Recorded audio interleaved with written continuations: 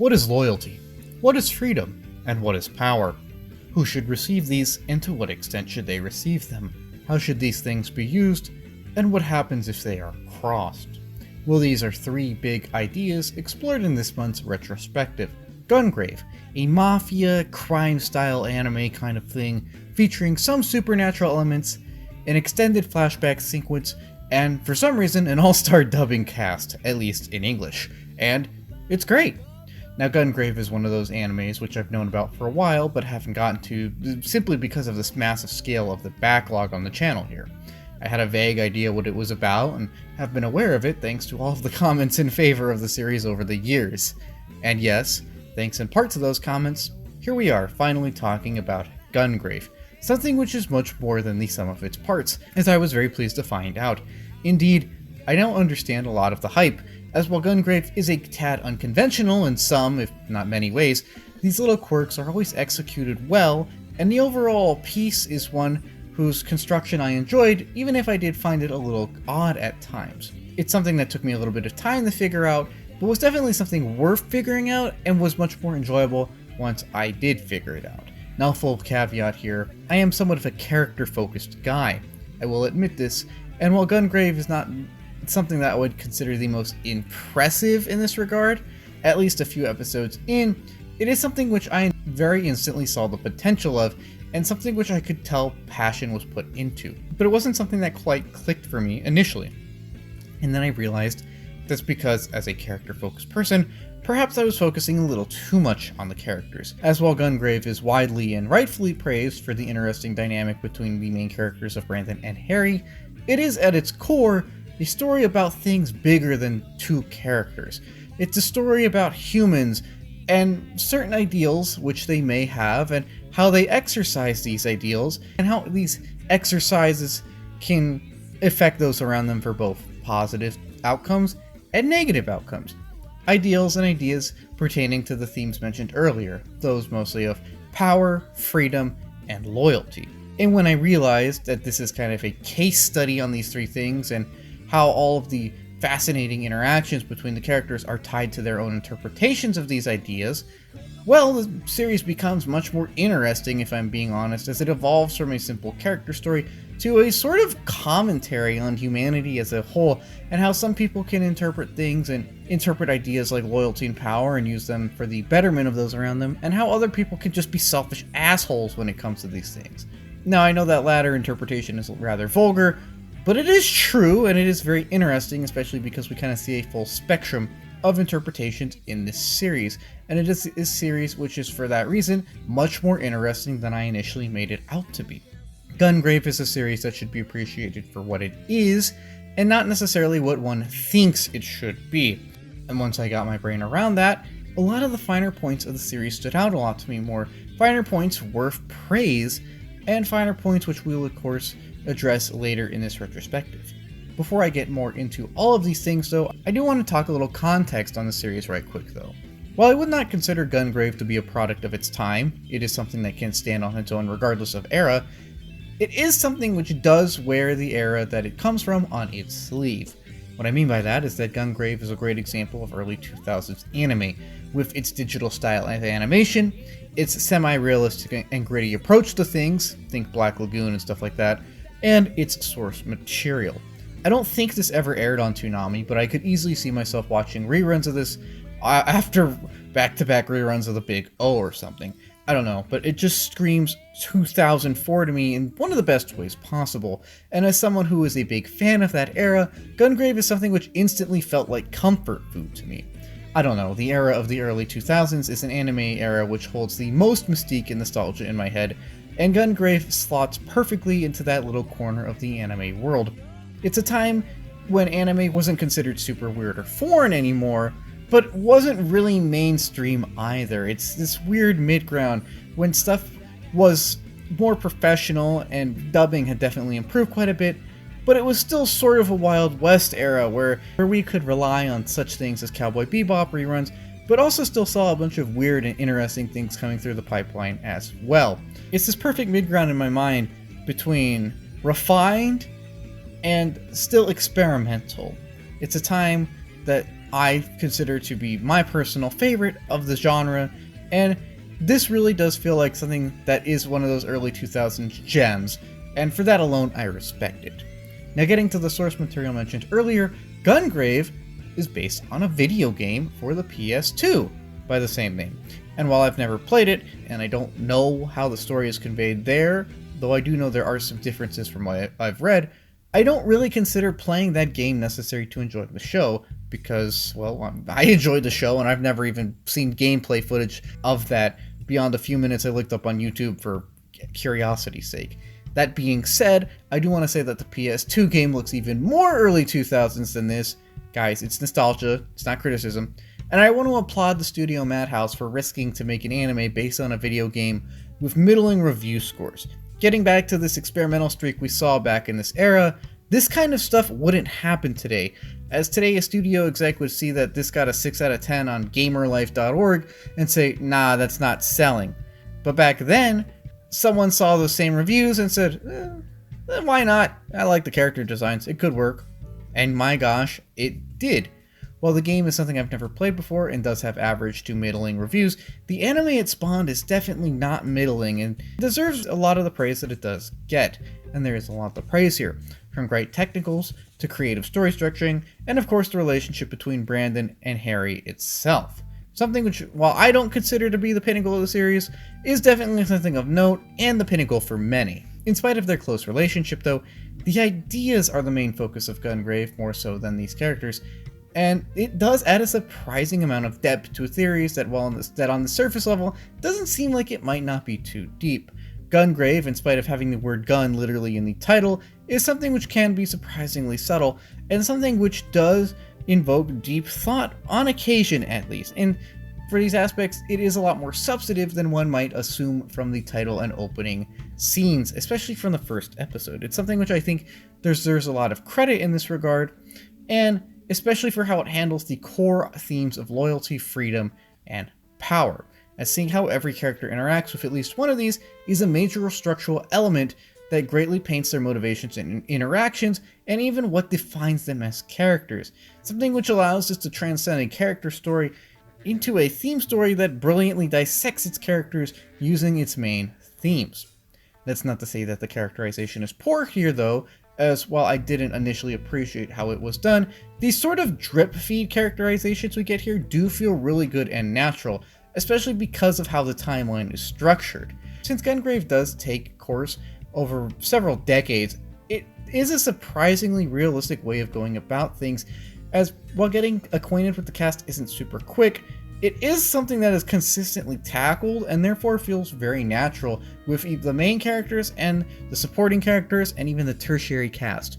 And even supporting members of the cast which don't seem that important on the surface level show up enough in the background, even if in seemingly insignificant interactions, to make this feel like a show full of real people simply going about their lives, which is something that I intend to mean as praise, because it is impressive how the drip feed characterization works so well here. For the reasons of themes being prominent above all though, we are going to alter the standard retrospective structure here a bit and jump into themes before any of the characters. However, before we can get into any of that, we do have a lot of other stuff to carry, which will start of course with the obligatory plot overview. Getting to the very brief plot overview, I want to establish the basic caveats that I often do with this first. This is just a very bare-bones summary meant to convey the most essential logistical stuff, so we have a vague idea of what happens in the story and how the characters kind of fit into it. In addition, seeing as that I don't want too much of this video to be a summary that will of course get rehashed in different character bits, there will be many things left out here, and if you want to hear specific characters, things, or events, please consult a character's specific section for a more detailed summary of their place specifically in the plot. Also, please forgive me if I don't mention every detail here, as I want to focus on solely the most important logistical things so we get a vague idea of what happens and flesh that out later on. Like all great series or productions, Gungrave is about family. Now, Gungrave is the story of two young men, Brandon Heat and Harry MacDowell, and their youths as orphaned street punks, their entry into and rise through the mafia group Millennium, and ultimately their deaths at the end of a cycle of violence which their lives were consumed by. We open in the present day. in episode 1, when a young woman named Mika and an older gentleman named Dr. T are saved by the mysterious undead gunslinger known only as Beyond the Grave. After this initial confrontation, the three hide out in a slum, only for Beyond the Grave to wander off to his old home, which kicks off a 16-episode flashback sequence explaining his past and the history of Millennium itself. Yes, the majority of this series is technically a flashback. No, this is not actually an issue and it's fine, but we'll address that more later. Getting back to the plot, this extended flashback can be broken into two main chunks. The first chunk explains how Brandon Heat, the man who would become Beyond the Grave, was once simply a young street punk living with his little gang led by the charismatic Harry MacDowell. While he spent most of his time running around with this little gang, Brandon also pursued a relationship with a young woman named Maria. While Maria's Uncle Jester does not approve of this relationship and even tells Brandon to stop talking to her, he does respect both of them enough to intervene on Brandon's behalf when a rival criminal threatens to kill Brandon. This unfortunately results in Jester's death though, and almost Brandon's until the two are saved by elite mafia hitman Bear Walken, who then kind of just promptly leaves a few minutes later. You see, Bear Walken is a member of the hyper-powerful crime syndicate known as Millennium, and has been keeping tabs on Jester on behalf of his boss, Big Daddy, the head of Millennium and former friend of Jester. With Jester's death, Big Daddy vows to take care of Maria so that she can live a normal life.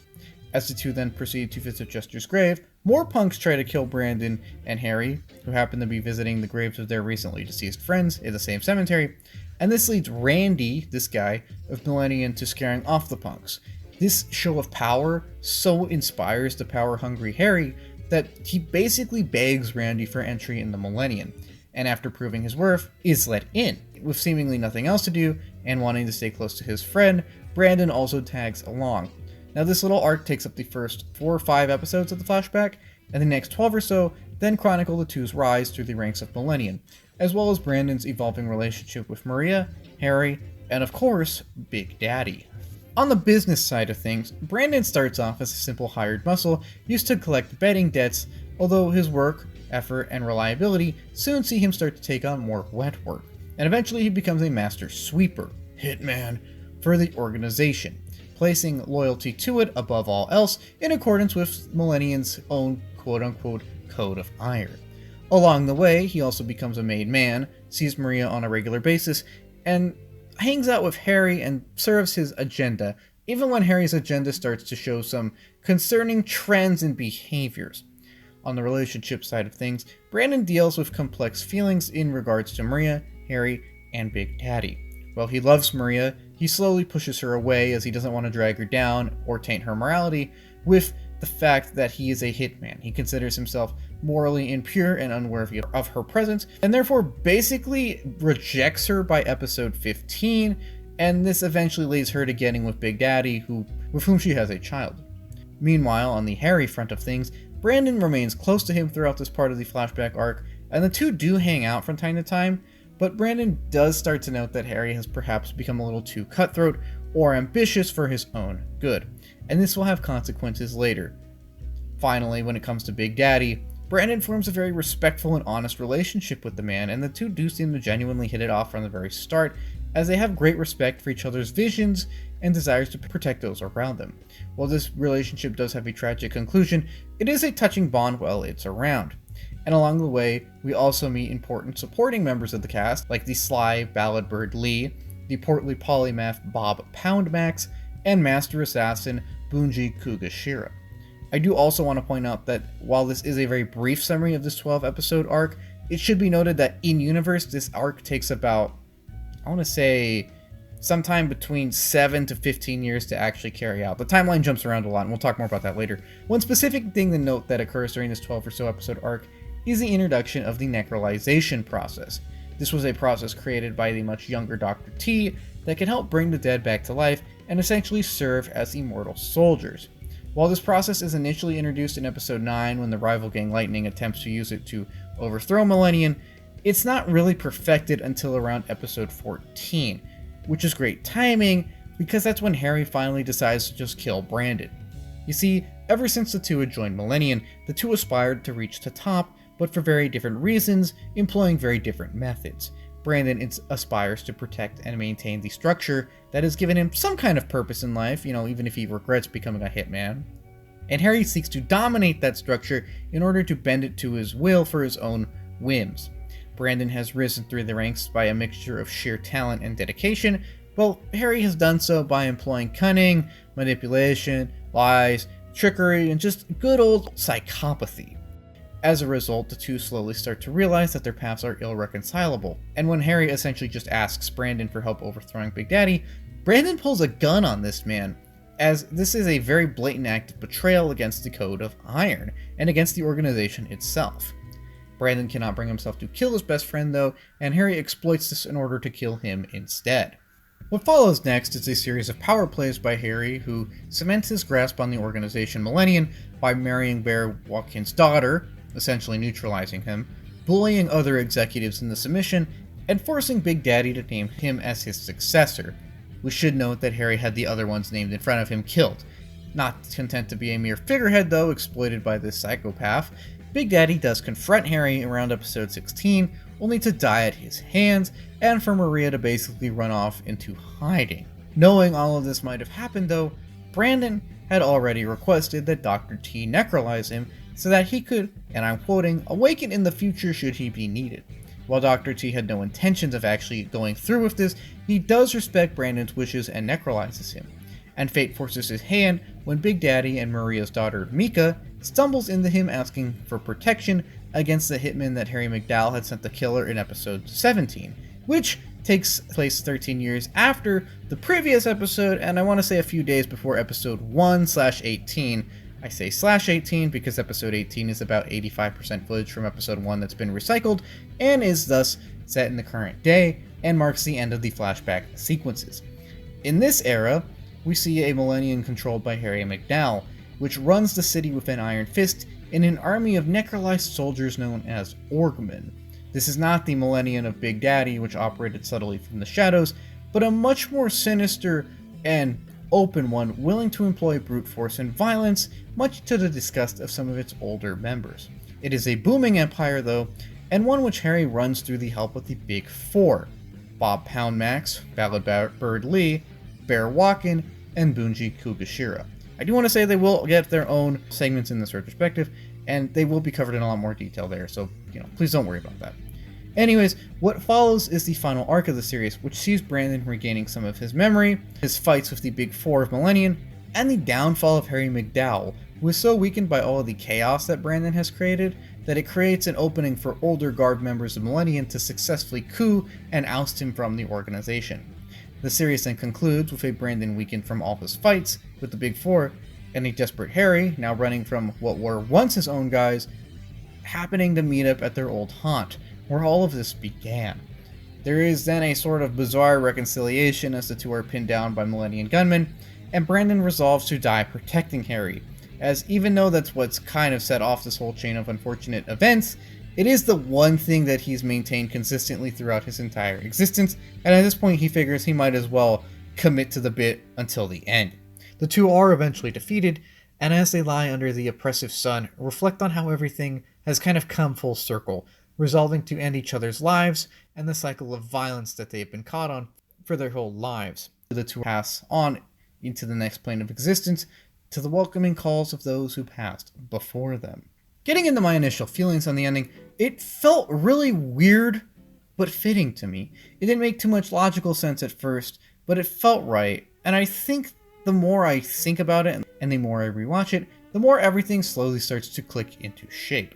You see, while the ending may seem nihilistic and perhaps even borderline character assassination against Brandon, I see it instead as a sort of full circle tragedy that is surprisingly touching. Yes, everyone does die, but that's kind of the point when we look at these grandiose tragedies, which serve not only as spectacle, but also serve as thematic framing for how their characters reflect upon the central themes of the story itself and their own flaws. Gungrave is a story of ideas after all, and while my character-centric approach to things muddled this to me for a bit, I now have zoomed out enough to appreciate what has been constructed here, something I do think can be fittingly called an irony-rich tragedy. I think the reason it feels right to me is because the fate of Brandon and Harry evokes not only the idea of from dust to dust, but the idea that both of them commit to what got them here in the first place, sort of reinforcing their tragic character flaws.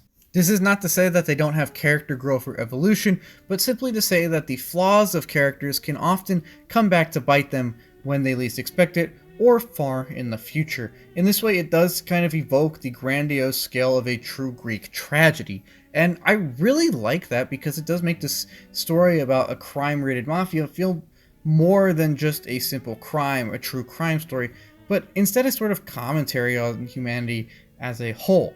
For Brandon, his constant desire to protect and follow Harry ultimately damns him when it turns out that Harry is someone who is not worthy of that respect or protection or loyalty throughout the course of the story. As for Harry, well, he's a sociopath who's crossed everyone near to him, and eventually that kicks off a chain of events which screws himself over. While these two men are both doomed by their convictions, though, they are loyal to them, even to the point of death, and for this reason I guess you could say that it is at least somewhat admirable that they die the way that they do. Brandon never betrays Harry, even if it cost him everything, and just kind of accepts its fate. Harry, on the other hand, also kind of accepts its fate, knowing that in spite of everything he's done, at the end of the day, he's still just some punk running from more men with more guns, just like he was in the past. It's not just some random writing curveball that Brandon decides to protect Harry, even at this point in their lives, but instead a constant, conscious commentary on Brandon's decision to sort of go down with the ship, to sort of commit to the bit, to sort of accept the fact that he's kind of responsible for why he's here in the first place. Now, we will, of course, just dissect Brandon's actions and motivations more in his own section. Just note that for the time being here, I do think that there is some sort of logical basis for his decisions and actions, and that I really do like the ending. I also really liked the unusual structure here. While Gungrave's story can be summed up as a story about crime and betrayal following two friends who join the mafia and ultimately fight one another, how this is actually structured is very interesting. Episode 1 opens in the modern day and quickly establishes the characters of Dr. T, Mika, and Brandon Heat / Beyond the Grave. But then it cuts to a 16-episode flashback sequence. That's right, everyone, the majority of this series is actually a flashback, and that works surprisingly well. I was kind of skeptical to this approach when I first realized that episode 4 was still in the flashback and kind of gave up on the idea of ever getting back to the present day. But once I accepted that the series was going to tell its own story its own way, I really liked a lot of the execution here. The main praise I have for this structure lies in the two aspects I don't really think would have been possible had it been structured otherwise. First off, structuring a series like this slows down the pace a lot. And while that may sound like an insult, it's not, as a slower pace allows for a lot more meaningful character stuff and interactions. It also allows the audience to fully take in Brandon and Harry's relationship and see it evolve over the course of the many time skips present in this extended flashback. It also gives us a chance to wrap our heads around all the mafia men and supporting cast we are introduced throughout the series, and just get an idea of the scope and scale of the story here. Yes, it is less action-packed than the final 5 episodes, but that's fine, as it means it can introduce people and ideas to make those later big action scenes much more impactful. And that's something I really like about Gungrave, it is impactful, but not just because it's actiony, but also because it takes time to establish characters and motivations and ideas that give its actions meaning. In addition, having a slower pace just makes the actiony payoffs feel even more earned near the end. Secondly, slowing down the pace of the series adds a good amount of intrigue to the plot. Even though we can kind of tell what's going to happen by episode 17 because episode 1 starts in the present day and bluntly states that Bloody Harry is the bad guy, and it's pretty obvious that he is, we spend so much time with him and Brandon in the flashback episodes that we, or at least I, actually started to question this. While Harry's true nature is pretty well foreshadowed, the show takes so long for Harry to finally get there that we, or at least I, honestly started to question everything. And then when he finally does show his true colors, we all go, so he was evil. And it's impressive, really, as it's enveloping enough to get us to stick through the flashback, and yet it's subtle enough to generate at least somewhat honest questioning. It's a very good balancing act here, and while I usually don't like the cocky manipulator type characters, the fact that the show made me question if Harry really is that archetype is quite amazing in my eyes. Usually a show makes it pretty obvious from the start when there's characters like this, and we have to sit through the insufferable sequence of seeing a character we like get screwed over by one that we know is evil, but that character in universe does not know is evil. That's not really an issue here though, because for the vast majority of flashbacks, Harry does maintain a sort of plausible deniability, and since there are a lot of time skips here, there is a reasonable scale of escalation here. What I mean by that is that Harry doesn't simply turn into a evil psychopath overnight, but instead slowly becomes one, and it does a good job of telling us that either A, he's been corrupted by this group that he's joined, or B, it's drawing out the corruption that he had inside of him. It is a really subtle thing that I like about this series, and it is a testament to how this kind of flashbacking can really help develop a character if given time to really work its magic.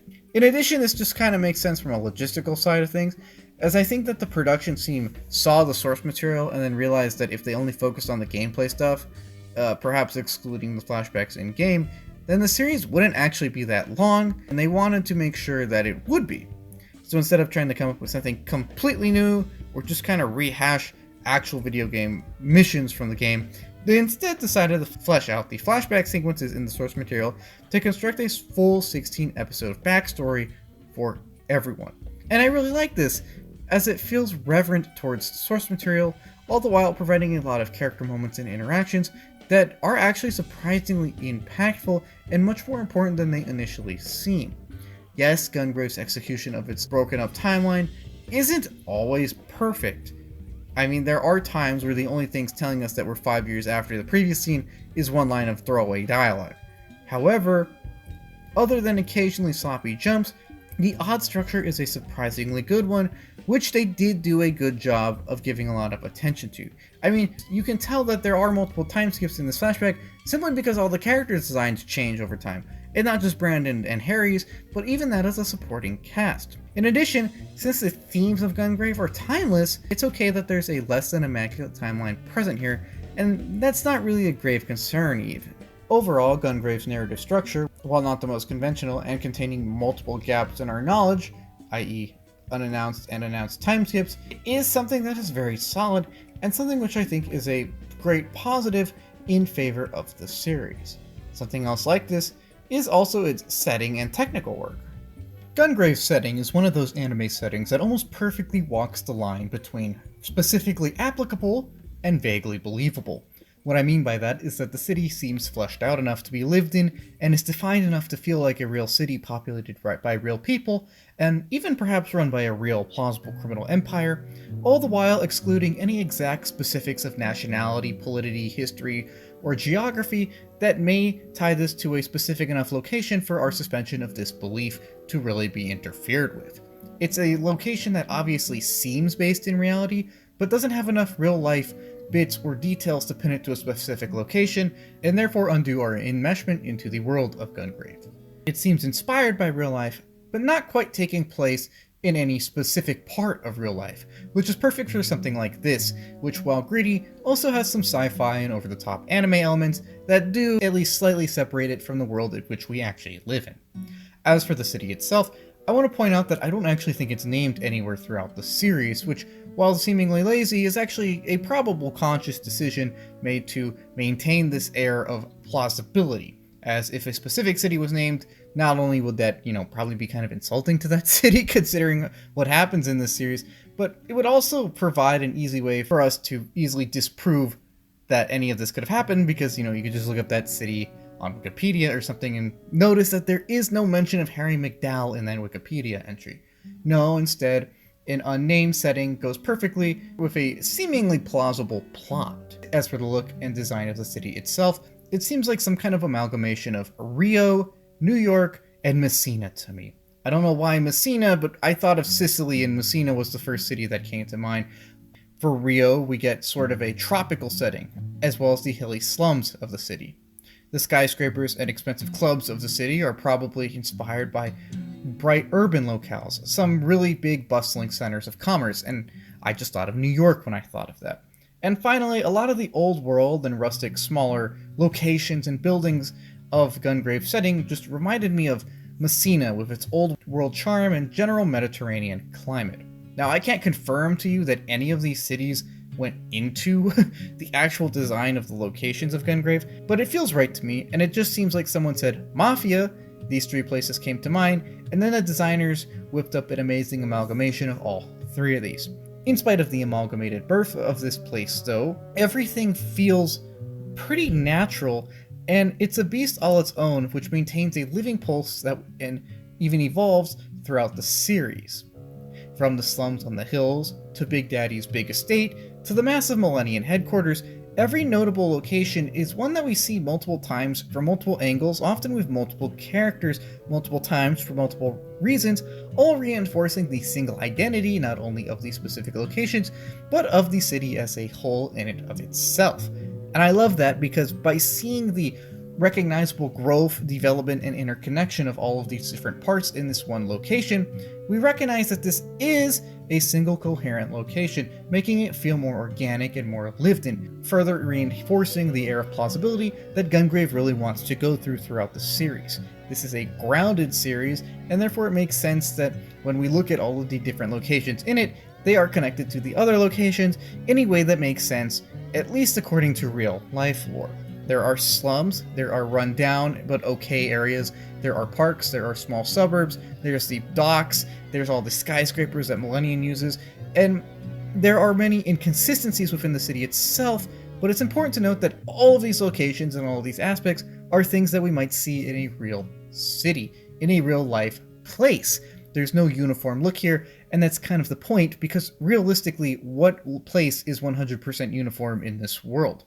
Instead, what we see here could be considered a mirror of something that actually happens in the real world, warts and all, economic inequality and all. Now getting to these specific locations for a bit, I do want to note three specific parts of the city, notably the slums, the city core, and Big Daddy's big mansion. Starting with the slums, these are areas inhabited by the unfortunate and oftentimes the criminal.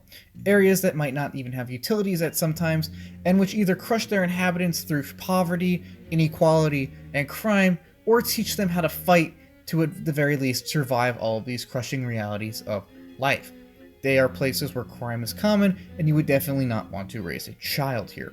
Great attention to detail is used to show us just how haphazard and indeed dangerous and run down a lot of these areas are. They are pictures of an unfair world full of struggles, violence, and inequality, and really do sell you on the idea that Brandon and Harry come from very unfortunate and very bad backgrounds, something which later shapes them and their development into the characters which they will become later. Next, let's quickly talk about the city center itself. Now, compared to the slums and indeed many other parts of the setting, the city core is a shining beacon of economic progress, stability, and prosperity.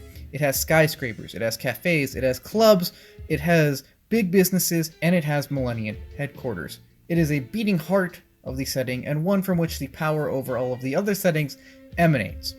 However, while extremely important, and while seemingly very different from the slums, it's soon obvious though that the city center itself is simply a gilded and more orderly version of what we see in the slums. What I mean by that is while there is order, it's still a criminal one, and nothing can quite clean off the blood that has spilled over it at times, or the blood which maintains the order we see here.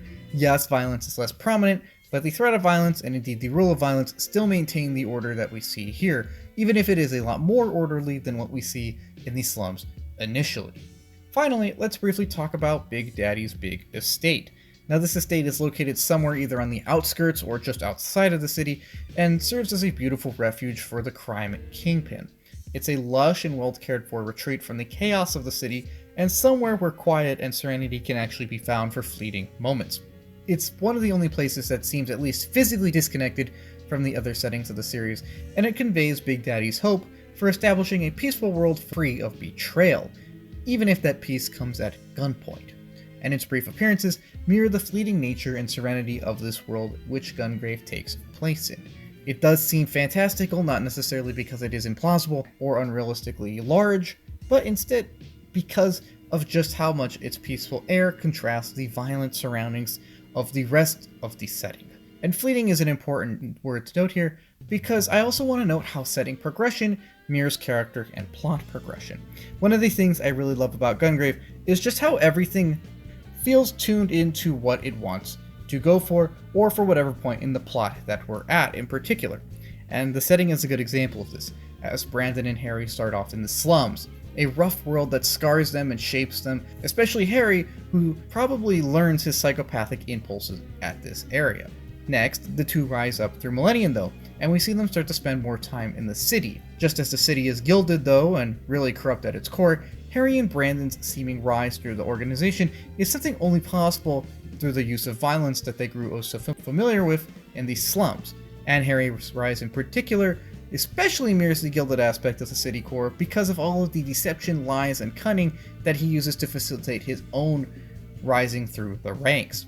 As yes, while they are now wearing suits and eating better and looking better on a surface level, they're still, at their core, criminals. However, their progress is swift to the point that they even eventually start to gain visits to Big Daddy's estate, and even grow close to the man himself, Brandon especially. At this point, they are seemingly nearing the peak of power, seemingly coming close to finally overcoming and abandoning their traumatic pasts and origins, perhaps being able to find peace at some point, and even contentment. However though, their own flaws soon destroy this paradise, and somehow, through the machinations of Harry and the failure of Brandon to stop him, they both end up dying in the same slums they grew up in the very building where the story kind of kicked off in. It's a subtle and very physical way of embodying the drastic rise and fall of both Brandon and Harry, and the concept of from dust to dust, as they rise from the slums to the city core to a brief vision of paradise, only to go full circle and end up dying in the same building where this whole story kind of kicked off. Overall, the city is a place of great natural beauty and economic potential, but it's also a place of great economic inequality, and indeed where the ugliest aspects of humanity can be laid bare for all to see. It's a haven of organized crime that, while prosperous, isn't necessarily lawful, and it's a place where the living standards and legality of things seem as uneven as the physical geography of the city. It's a land of haves and have-nots, where, although separated, everything, every person, and every locale is at least somewhat connected. Whether it being the hilly slums being dominated by Millennium agents coming from the city core, or the fact that said core is probably essential to supporting Big Daddy's isolated estate, everything here is connected. And this indeed goes a long way to reinforcing the whole living aspect of the city mentioned at the beginning of this section earlier. A city in and of itself almost completely controlled by Millennium. On the topic of that organization, the atmosphere of Gungrave, specifically those to the prevailing criminal element of the series and the overwhelming criminality of the city, are ones that go a long way to constructing a memorable and unique world. Even before Harry takes over, Millennium is present throughout the city and lends an oppressive and suffocating air to the setting. But the rule of the gun makes us feel more tense and on edge. And this immediately sets the tone for the series, as while settings change, the more or less consistent air of tragedy, traitors, and unfortunate outcomes of violence remains, and lets us know that this is a story that is more focused on those and the themes that those foster conversations about than any specific character arcs, redemption, or enlightenment in specific.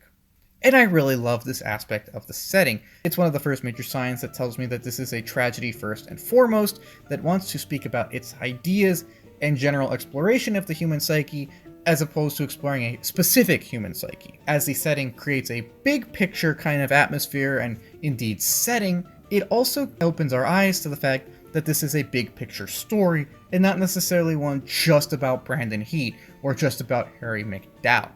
While, although having great character arcs are, I will not say, I do not think to be at least, the central aspect of this series. I know a lot of people hype up the relationship between the two, which is enjoyable and interesting, but again, I think that Gungrave is a story of ideas, and the big panoramic treatment of the setting is one of the first things that really tipped me off to this. It keeps everything real, and lets us know that there may not be a happy ending there, as this is a city where those are quite rare. Now I also want to talk about the timeline for a bit too. While Gungrave's timeline is actually pretty linear once we realize that episode 2 takes place in the far past, the overall story flow and progression does feel a little disjointed at times due to the fact that there are multiple time skips that aren't always the most clearly announced. However, we can tell that they are present due to the overall great attention to detail, especially when it comes to the evolution of character designs. Slight tweaks to character designs are given into every version of a character from a specific era, letting us know that, hey, this missed probably a few months or a few years after we previously saw these characters. And I really love that because it really feeds into the idea that this is an organic location, full of organic people who grow and evolve and age just as things would in the real world. As time moves forward, so do character designs and even character thought patterns and ideas and such. This is present with all the characters, but just to talk about the most obvious example about it, let's briefly look at the character design evolution, Bob Poundmax. Now, when we first see Mr. Poundmax, he's actually quite slim, even if he does have his iconic appetite already. One time skip later, he's a little husky, but nowhere super large. One more time skip later, and he's officially big, so on and so forth. Attention to details like this are just things I really love because it shows that while the writing isn't always the most linear, and while the time skips aren't always the most consistent, they are something that the people who made this were willing to go out of their way to try and at least delineate for the audience in a way that wasn't simply just someone looking into the camera and saying, hey, it's been 2 years, even though they do that a lot. But again, that's something I don't mind, considering that due to the amount of time skips, sometimes you just need to look at the camera and let us know, hey, it's been a year. Another technical aspect that I want to touch about Gungrave quickly is how consistently its writing masters the necessary connective tissue throughout the series. This is a series which is set across literal decades, and characters age and characters change their design in accordance with this. And while this is a nice little attention to detail, something that I want to establish right now is that Gungrave is something in which there was definitely a lot of advanced planning that went into it. And we can tell this because of how visible bit characters are and little important tidbits are throughout the series. For example, look at Bisco. Now, Bisco is only mentioned by name around episode 14, and only really becomes important around episode 23 when he launches the Old Guard coup to depose Harry MacDowell. That's the one thing he does in this series. And yet, from episode 7 or so, he makes consistent cameos. We see him and this guy with the weird haircut consistently from episode 7 in the background. And this is a testament to thorough planning, because the fact that we see Bisco so many times before he actually does anything lets us know that yes, this guy was here the whole time, so it doesn't feel weird when he's the guy that launches the coup. Or the reoccurring characters of Widge and Garry, for example, that not only serve to help Brandon enter into the world of Millennium, but maintain a sort of consistent friendship with him up until their deaths 13 years after his return from the dead. It's this kind of attention to detail that proves that Gungrave is masterful on a technical and storyboarding sense as well, because of how well all these little tidbits are tucked away. It's kind of a testament to Chekhov's gun. We see a bunch of small things that pop up here and there, and we ask, will this be relevant? And then almost every time, that thing or that instance or that character is relevant for multiple or at least one reason. It is a series which makes sure to use everything that you see, not only to maximize what it gets out of its screen time, but also to ensure that everything that it spends screen time on genuinely feels interconnected and organic inside of an organic and interconnected world. It is a masterwork of planning.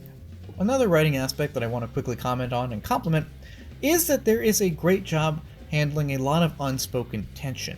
Take this scene at Randy's funeral, for example, where Bear says, "I don't think Randy would betray us. I can't believe that." And then Harry says, "He's the guy that recruited me." Now, while this is vocally said in one scene, the body language, atmosphere, and tension say a lot more. Gungrave is a very good series at utilizing body language especially, and implications in words to let us know that there's more going on than just what's being said. For example, we all know what Bear is really saying is, "I suspect you, Harry." And we all know what Harry is really saying is, "I'm gonna pretend that you don't know what you're saying, and it would be a shame if something happened to your daughter." There's just a lot of scenes here where there are parallel levels of implied dialogues that run alongside the actual dialogue. and do add a lot of context and depth to what on the surface level is two guys simply stating the obvious. Gungrave does a very good job with this throughout the series, and I appreciate how well it can do subtle dialogue when it decides to do so. As a somewhat realistic anime, at least by anime standards, Gungrave's designs are all pretty well grounded until we get to the Orgmen and the Superiors. As for the rest of the cast, everyone looks pretty much like a normal or believable person, and wears normal, if somewhat snazzy, clothing that we might see in our everyday lives. And I really like the fact that this grounded approach is what they decided to go with, because Gungrave is a story that wants to have a tense, realistic thriller element to it, something which is further supported by the fact that these all look like real people in, I must admit, really cool suits. I really like a lot of the character designs here, and must say that everyone here is super stylish, something that adds an intimidating and powerful air of an organized criminal empire, something which Millennium definitely is. Dark colors and sleek designs, as well as a lot of sunglasses, let us know that these guys mean business and shouldn't be trifled with. They look like professionals, if you know what I'm saying. Sleek suits and designer glasses, though, are, like many other details, merely gilding over the less than savory elements of the reality present here. Just as these people wear very fancy suits and come off as very sophisticated, at least from a visual design standpoint, they are, at the end of the day, criminals with varying degrees of guilt on their conscience for all of the less than savory acts that they've committed. So far, though, everything here is stuff that we could see or imagine in the real world.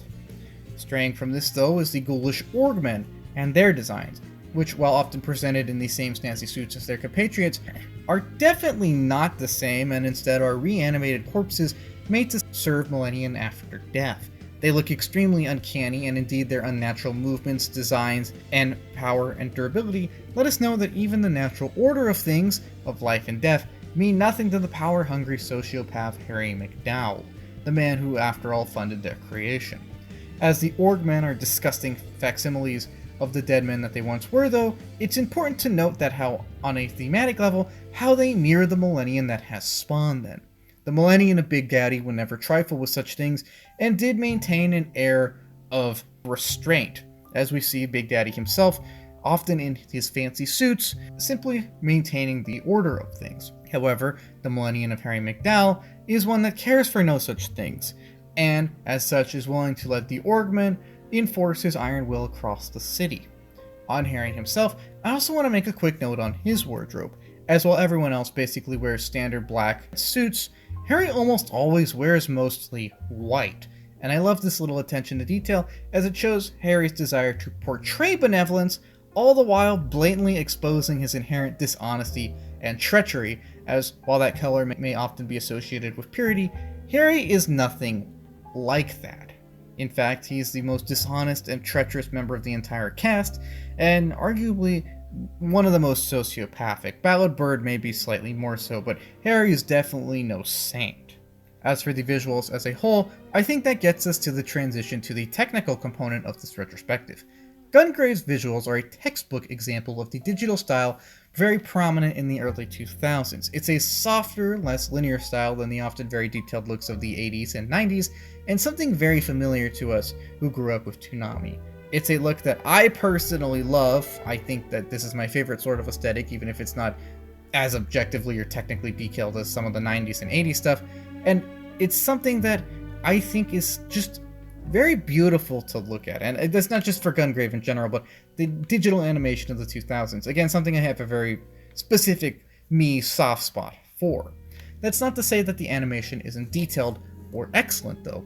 In fact, I find it impressively so at times. A magnificent job is done paying attention to even the most minute of details at times, making everything look as realistic as possible, whether it being taking time to flesh out the architecture of the slums, or including the smallest details on character designs, like people's finger knuckles. I mean, just look at all the lines on all of the faces of these characters throughout the series and tell me that attention to detail was not a priority here. I love this because not only does it show that the people who made this were passionate, but it is something that really helps ground the series as well.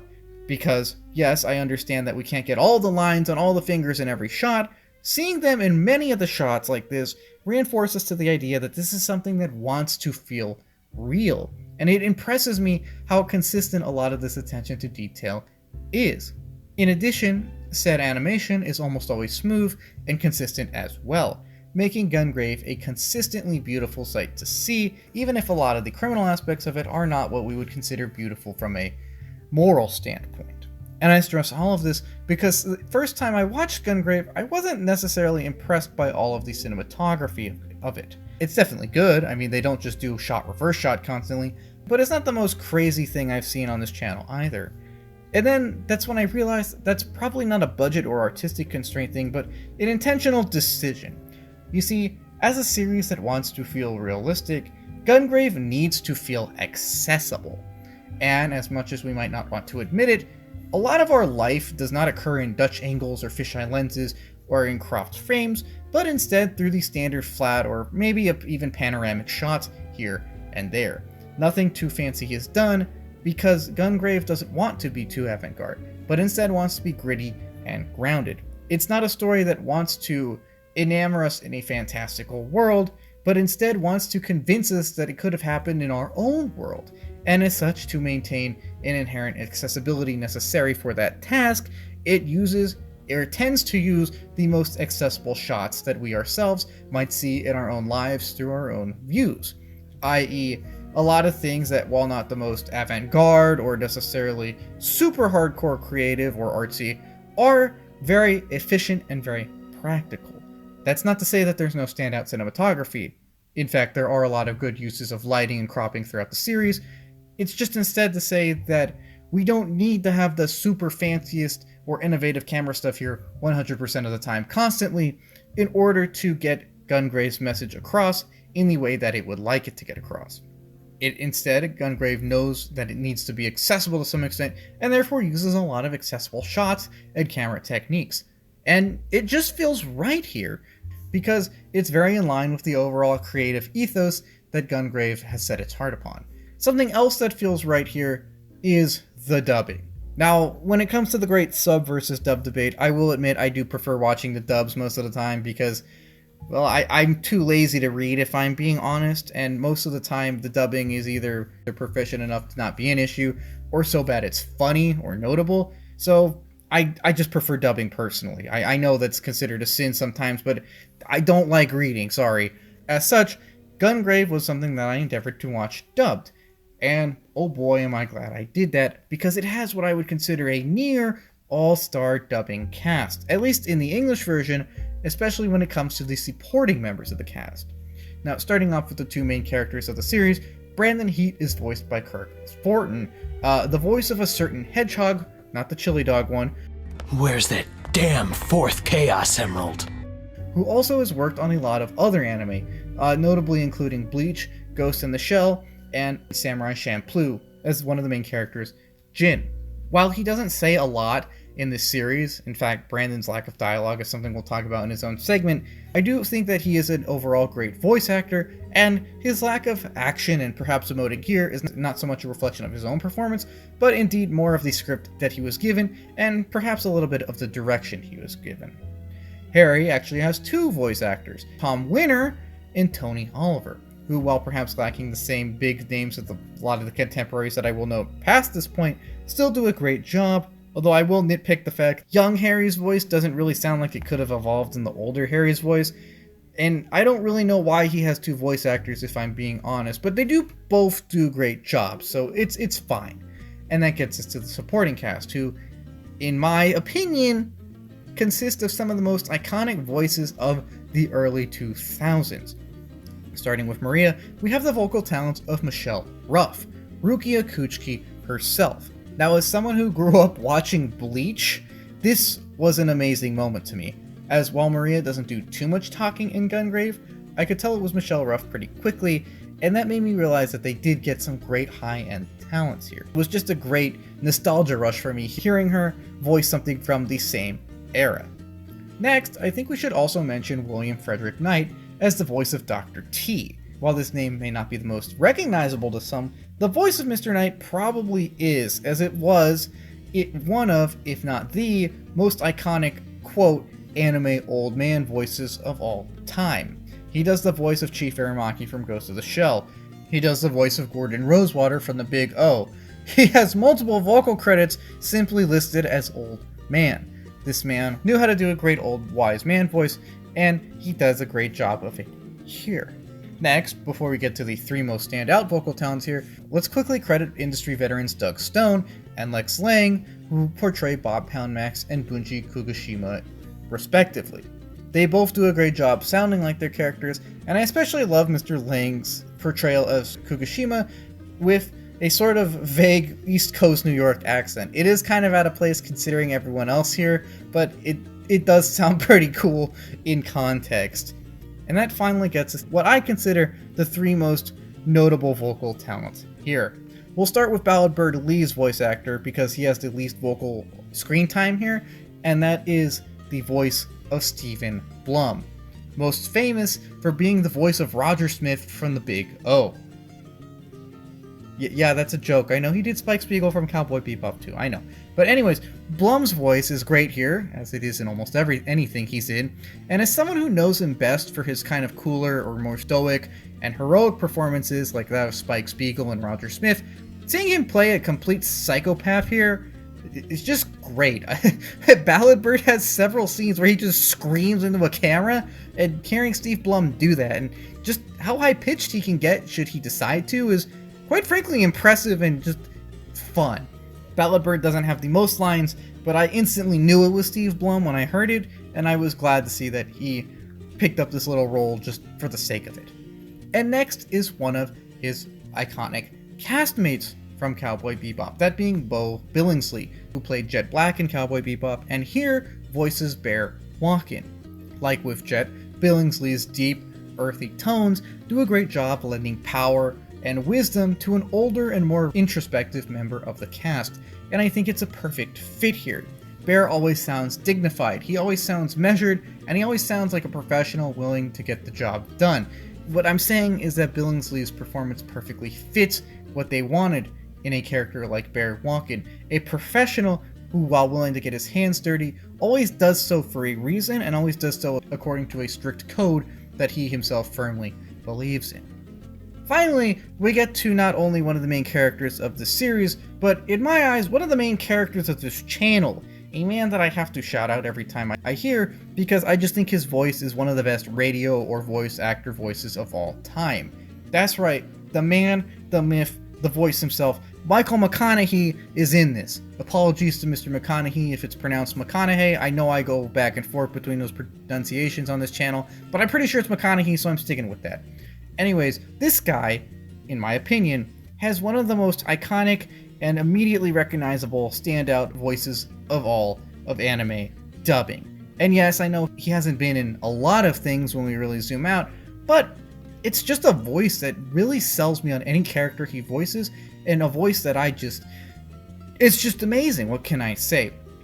Now for this specific picture, Mr. McConaughey voices Big Daddy, a character very appropriate for a voice of such regal bearing, and like in other performances noted earlier, it's a performance that really sells me on the idea that this character is who he is, a powerful and authoritative, yet also, in some way, dignified and chivalrous man.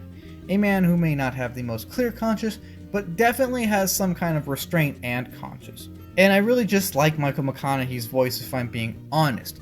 Regardless of how well known any of these voice actors may be to future generations, I assure you though, they all give great performances here, and as true professionals with iconic voices, really do a great job of bringing their characters to life. If you are a dub person, or at the very least are neutral on the topic, I would definitely recommend the dub of this, because it's just amazing hearing so many iconic voices from the era that this was made, 2004, in a single piece. I mean, they got two of the three main characters of Cowboy Bebop here. What more can I say? It's just a great dub, and I love it. Something else I also loved was the OST of Gungrave. Commenting on the original soundtrack real quick, Gungrave's OST is something that doesn't sound like it belongs in this series at first, but fits it incredibly well.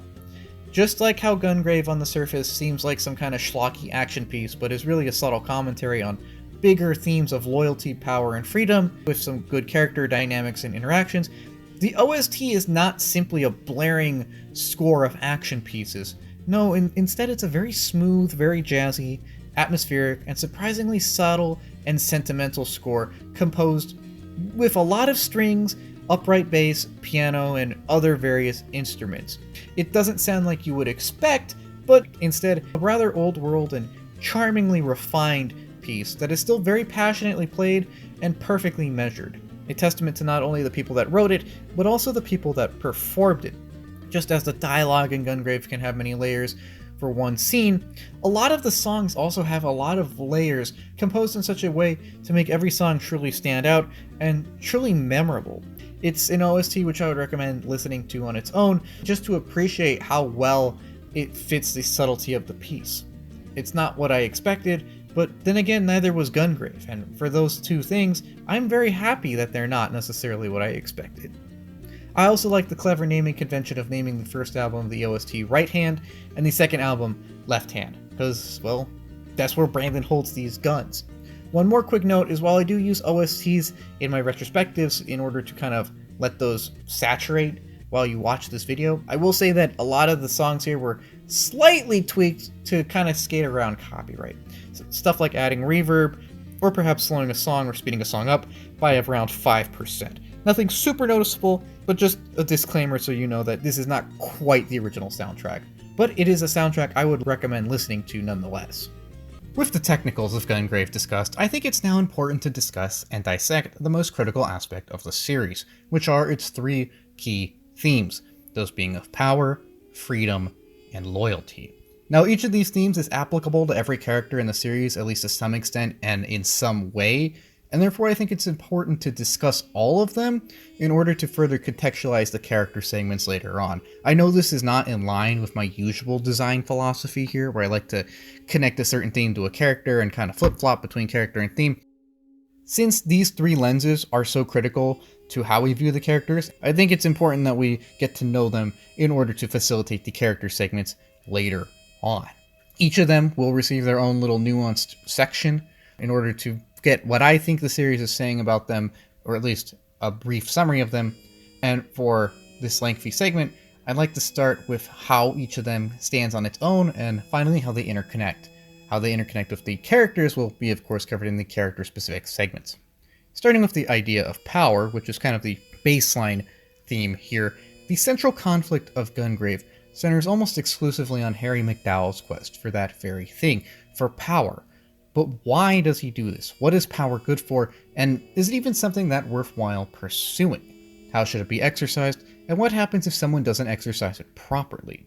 Who determines what proper use of power is, after all?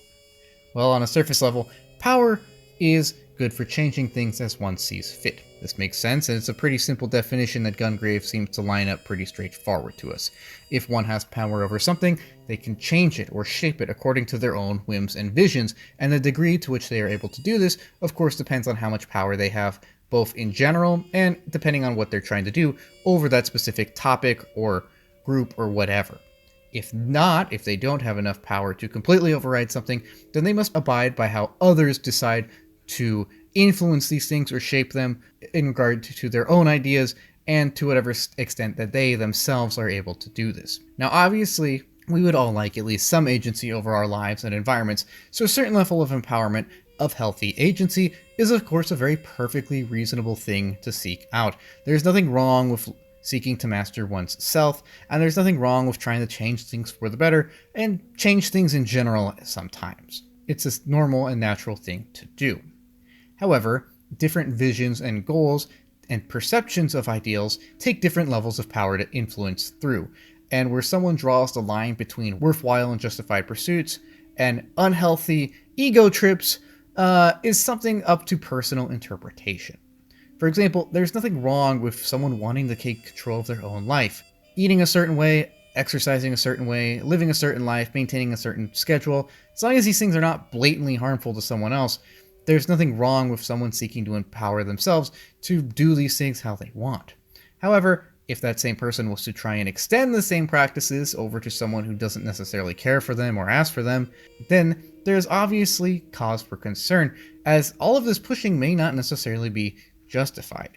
In addition, at some point, trying to control more and more aspects outside of yourself not only becomes more difficult, but also less cost effective, both from a moral standpoint and from a physical material standpoint. It might be easy for you to say, just stop eating meat. But if you tried to force someone else to do that, someone who isn't necessarily on board, well, then you may have a fight on your hands. And is this really a fight worth having? Is it really worth using all of your time and effort to try and pursue this goal, which doesn't necessarily pertain 100% to you and doesn't necessarily embetter everyone involved?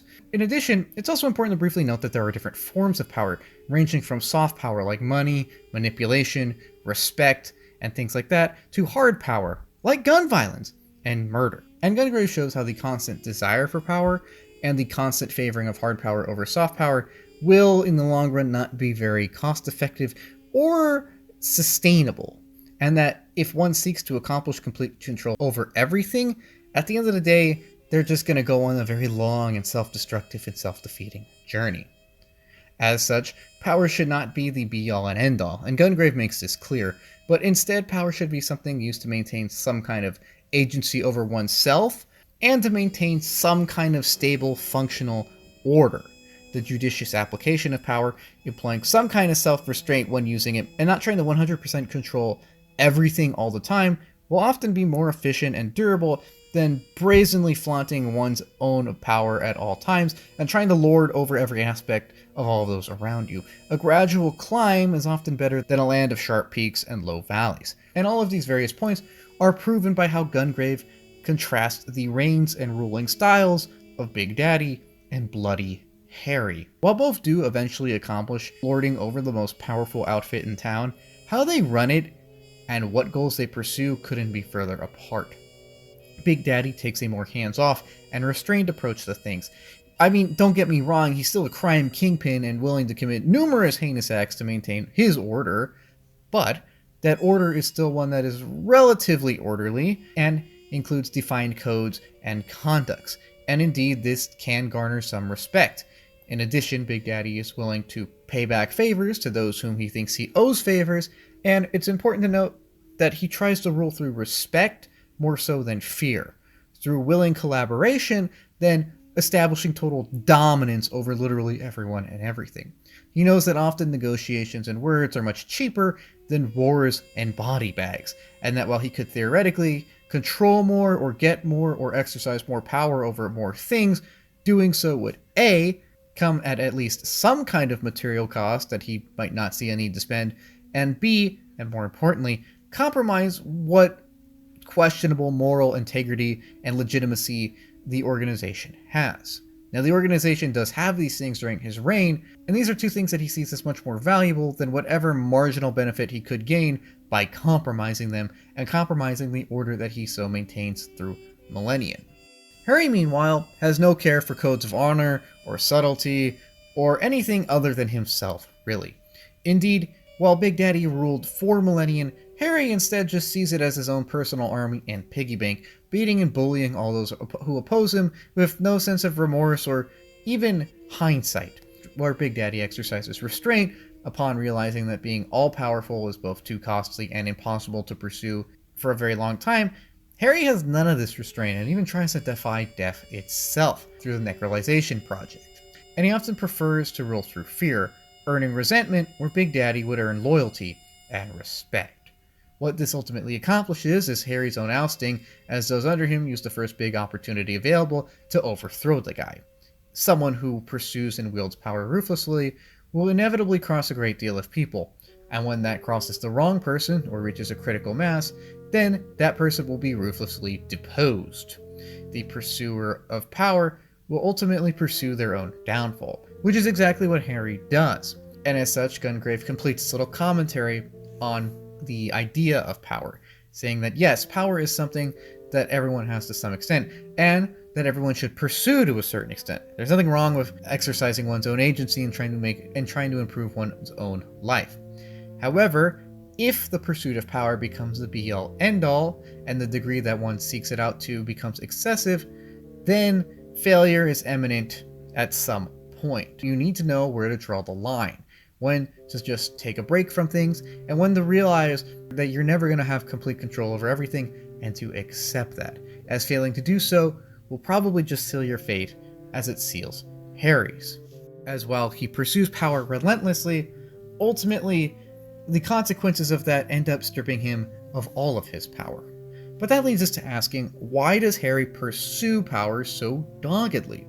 Well, according to him, he does it so that he can achieve true freedom. But what does that even mean in this context? And was his idea of pursuing it through sheer dominance even viable? Well, to Harry at least, true freedom is the ability to, and I'm quoting here, take what I want and give what I want, however much as I want, and to whomever I want, as often as I want. In other words, Harry basically seeks carte blanche to do whatever, whenever, and he believes that obtaining complete control over everything around him will facilitate this process. But, if Harry believes that this is freedom, does Gungrave believe the same thing? Well, sort of, not really. You see, while Gungrave has a pretty clear idea of what power is and the dangers of chasing it too far, on the topic of freedom, the series seems to say that it's in the eye of the beholder. Fittingly, you're free to choose what your definition of freedom may be. In other words, here it means more so the ability to pursue one's own goals than anything in specific. Now for Harry, he wants complete control. But if we look at other characters, their idea of freedom is probably quite different. For example, Brandon wants to protect Harry. Widge wants to care for his mother. Big Daddy wants to pay back the debts and maintain a stable order in the city. As we can see, all of these goals are very different things. However, since they are the main goal of their respective characters, these characters would like the ability, that is the freedom, to see these goals through. Now that gets to the second point though. It should be said that some degree of agency is of course needed, or at least helps when achieved the power to pursue their own goals.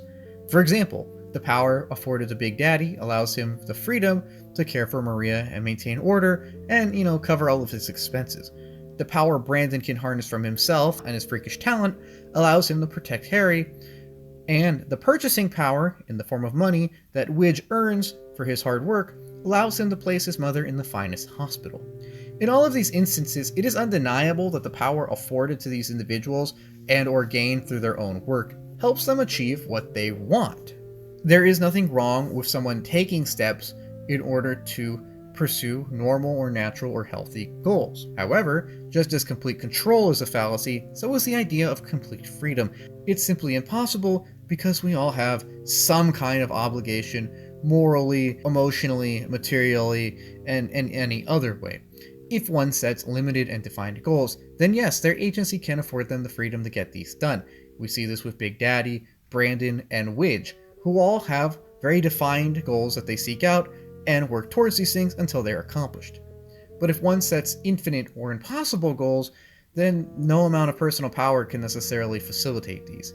Instead, one will simply chase a constantly moving goalpost.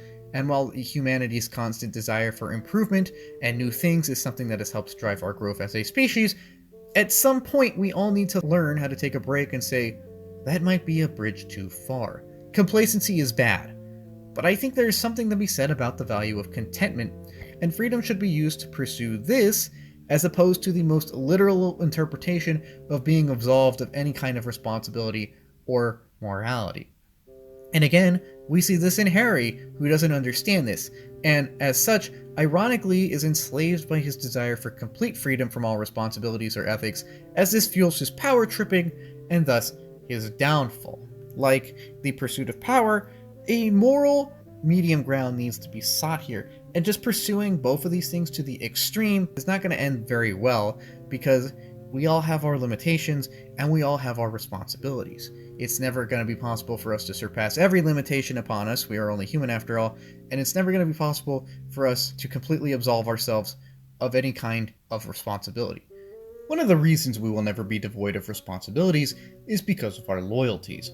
That's not to say that our commitments to others or other obligations are anchors weighing us down, but instead to say that oftentimes we must make sacrifices in order to maintain them, which is something critical to the final and most prominent theme of Gungrave, that of loyalty. In series, this is simply defined as, quote, not betraying, and this deceptively simple definition opens up a Pandora's box of possible interpretations in addition to some moral soul searching.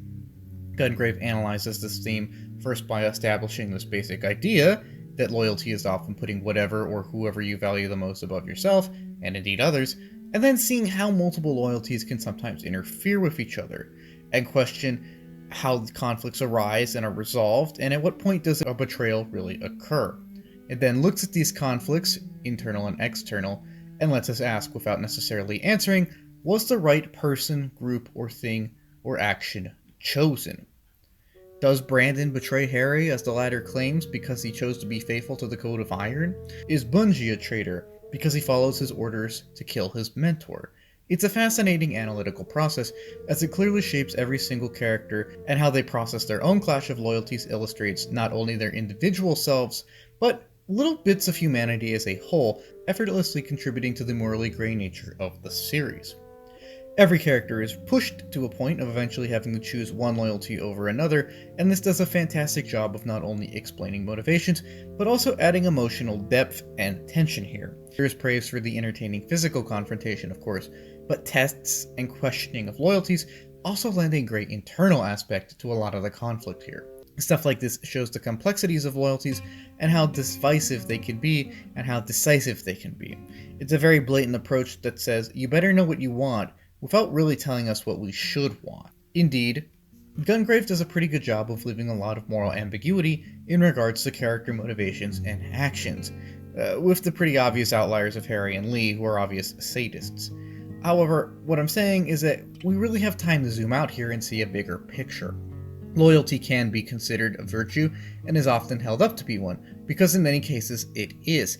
However, it's important to note that the characters here hold it to one near blindly, even though their own individual actions are often very immoral. Individual moral standing is not only shaped by the fact that one is loyal to whatever they choose to be loyal to, but how they exercise that loyalty and the consequences of those actions. While loyalty is good as a concept, or at least sounds good as a concept, being loyal to something in and of itself does not make you morally solvent.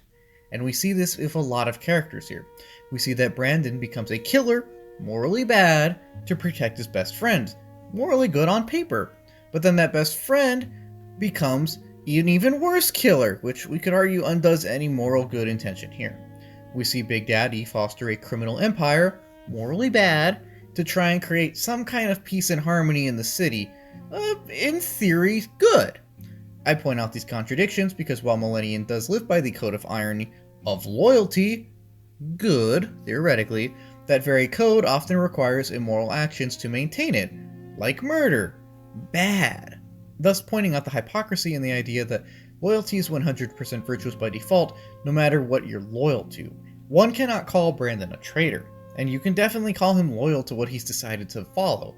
However, this loyalty facilitates murder and others who murder, and I don't really think it's questionable to say that murder is bad. Even if one has dedicated themselves to a seemingly good cause, the means themselves must be evaluated too, and good intentions can often be manipulated and or exploited by others. Simply saying that loyalty is gonna absolve you of all your sins is a patent and blatant lie here, and while loyalty is obviously something to be valued, in situations like this, there's a lot more moral nuance than simply saying, don't betray, and everything will be okay.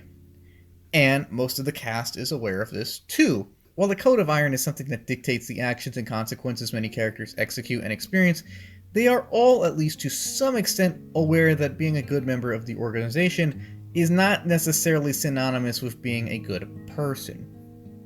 And it's kind of an open secret, in fact. Big Daddy cries for having to enforce such a brutal code at times. Bear is emotionally repressed because he realizes that a lot of the things he does are things that he wouldn't want his daughter to know about.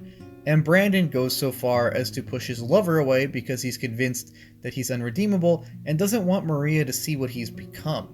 While all these characters and many more claim loyalty is good because it enforces some kind of order, which one could at least attempt to form an objective argument around, there is a great moral disconnect between some kind of basic objective reasoning and any sort of moral clarity here. I mean, don't get me wrong, I would argue Harry's lack of loyalty makes him less savory than everyone else here, but that doesn't mean that everyone else here is absolved of doing wrong and that they've done no wrong.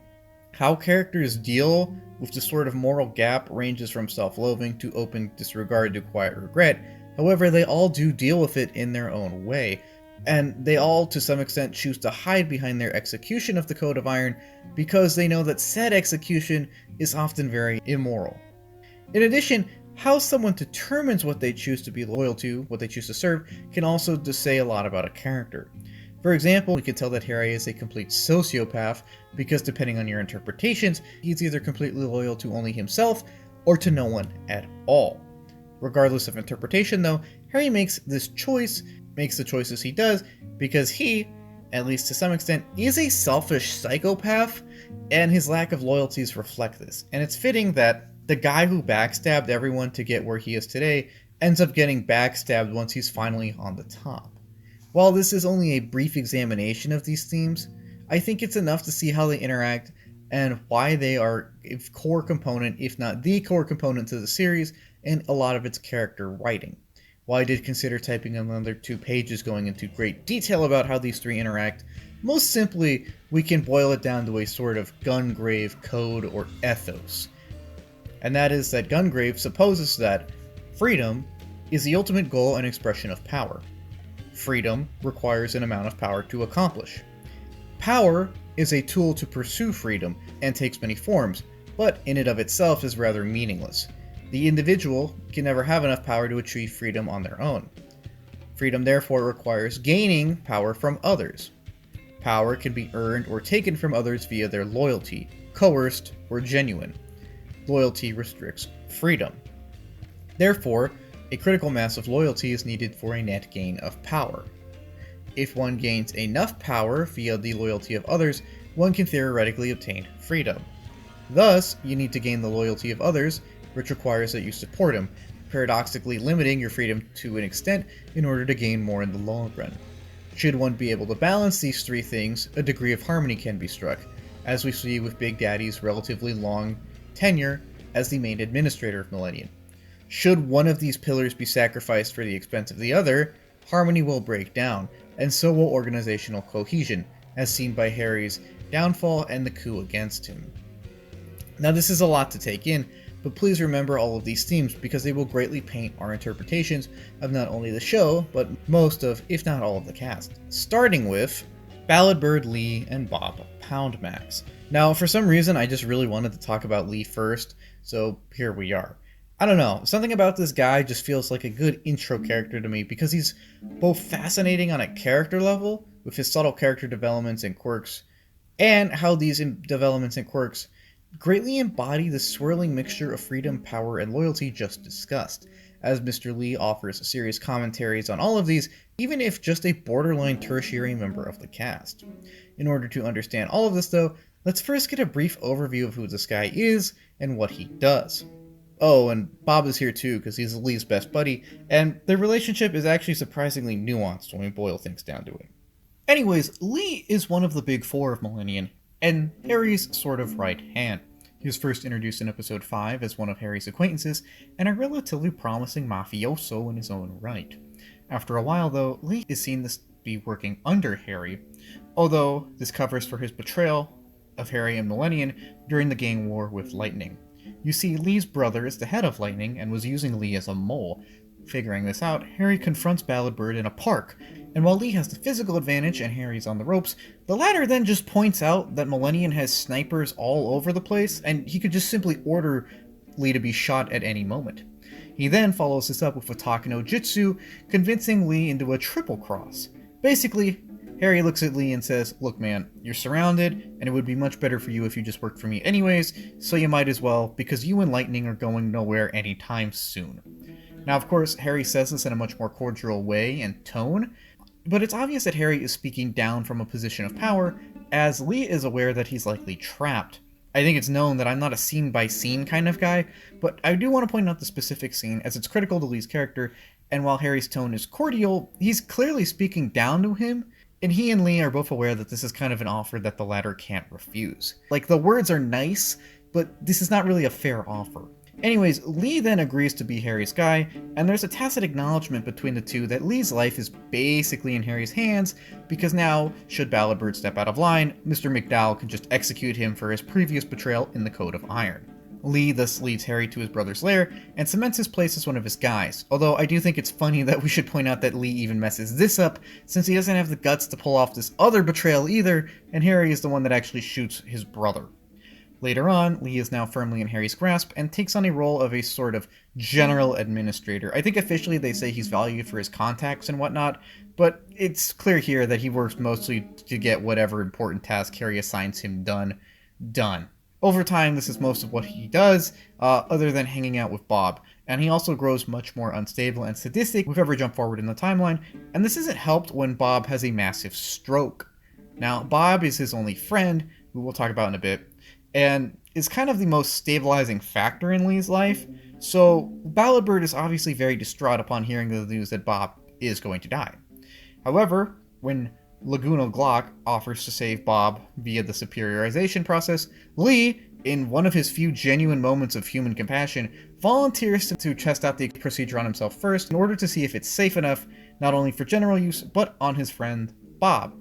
Luckily for Lee and Bob, the superiorization process is completely successful in both cases, and now, as living people who have been necrolyzed, they're incredibly physically powerful. However, while this process does save Bob from a stroke, it doesn't save him from Brandon's bullets. Now without his best friend for real this time, Lee becomes almost completely unhinged and seeks to kill Brandon himself. He does succeed in kidnapping Mika in order to draw Brandon out, and he even strikes down Dr. Chi with one of his stray projectiles, but he meets his ultimate end when Brandon hits him with those new anti-necrolizing bullets and leaves him to explode in a subway somewhere. While one could argue that BalladBird Lee is a character with a bit of missed potential, seeing as they probably could have done a lot more with him, what we do get out of him is already very impressive. Well defined and well integrated into the themes of Gungrave, I first want to look at Lee's underlying inferiority complex, and then point out not only how this becomes his main motivation, but also how it leads him to seeking power, testing loyalties, and ultimately how his failure in both of these regards lead him to never being able to achieve freedom from the massive inferiority complex. You see, his entire character is subtly defined by this ever-present inferiority complex that drives him near completely. It's something that's not necessarily elaborated on, but it's something that haunts him, and it's something that he seeks to be free of, although he fails in every attempt to do so. In line with the ethos of the series, Lee tries to achieve freedom from his inferiority complex by obtaining power. But, since he seeks to gain this power via a betrayal of others, as opposed to loyalty to them or gaining loyalty from others, he is punished near instantly and is thus reduced to a mere instrument of power of Harry MacDowell. All of this crystallizes the inferiority complex inside of him. As opposed to becoming some big shot via bloody betrayal, he's now just a tool of the guy who actually succeeded in doing just that. He's kind of pathetic and he knows it. To underscore this, I just want to point out that of the big four, BalladBird is the only one which Harry actually kind of defeats on his own. I mean, Bunji was persuaded by Harry, but beaten by Brandon and stayed on afterwards out of respect for him. Bob doesn't really seem to care about anything or have an agenda of his own and just stays on with this powerful team for the hell of it. And Bear is aware that his daughter is essentially hostage and so begrudgingly follows Harry out of respect and fear for her sake. None of these three are loyal to Harry because Harry directly defeated them, unlike Lee, who, even with his stealth and fighting needle skills, lost to a guy that couldn't get a shot off because said guy just plays snipers around a public square and then rolled a nat 20 in persuasion. Like, this dude has a cool character design and needles and invisibility and he couldn't do jack shit with them. And, you know, maybe I see why he has a slight inferiority complex he seeks freedom from. He wants to be free of his inferiority complex, but his botched actions have basically locked him into being someone's subordinate forever. And it's important to note that his inferiority complex is not something that can necessarily be brute forced anyways, but something that requires honest reflection about his human flaws, feelings, and weaknesses, not violent repression of any kind of human spark he has left. He simply doubles down on the latter option though, and so he never actually grows as a character. Yes, Lee grows more sadistic and unstable as the series progresses, in an attempt to brute force his freedom, but he doesn't actually grow more free from his insecurities, and I would actually argue he grows less free from them as the story progresses. Every gain in physical power he obtains is paid for with a larger payment of loyalty to Harry, and a rather large self-respect payment as well. And each of these payments forces Lee to realize that he's just something of a tool for the boss and doesn't actually have any potential to rise to the top, something that he himself admits.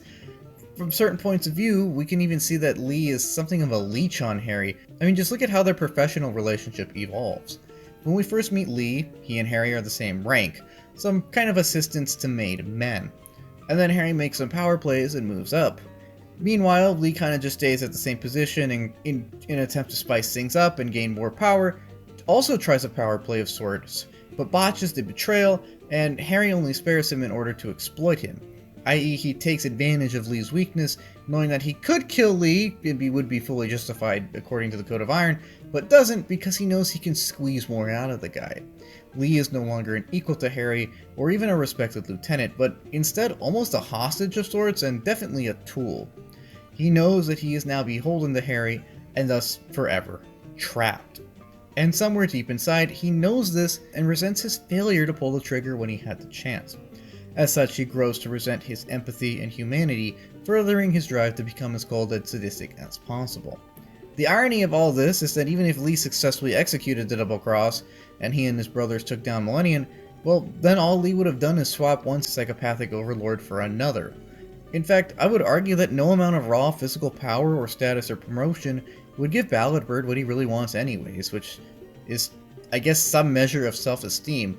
But since self-esteem and self-control require at least some kind of power over oneself and their own perceptions, Lee should have sought some kind of self-control or healthy support from, say, Bob, or self-awareness and mindfulness or something like that, some power over himself, instead of just blind physical power which he sadistically uses on those beneath him, eventually just to explode on a subway.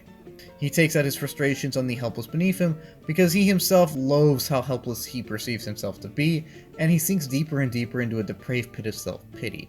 He hates himself, and by extension almost everyone around him, with the exception of Bob Poundmax, a man he genuinely seems to value. And that gets us to a small note on Mr. Poundmax.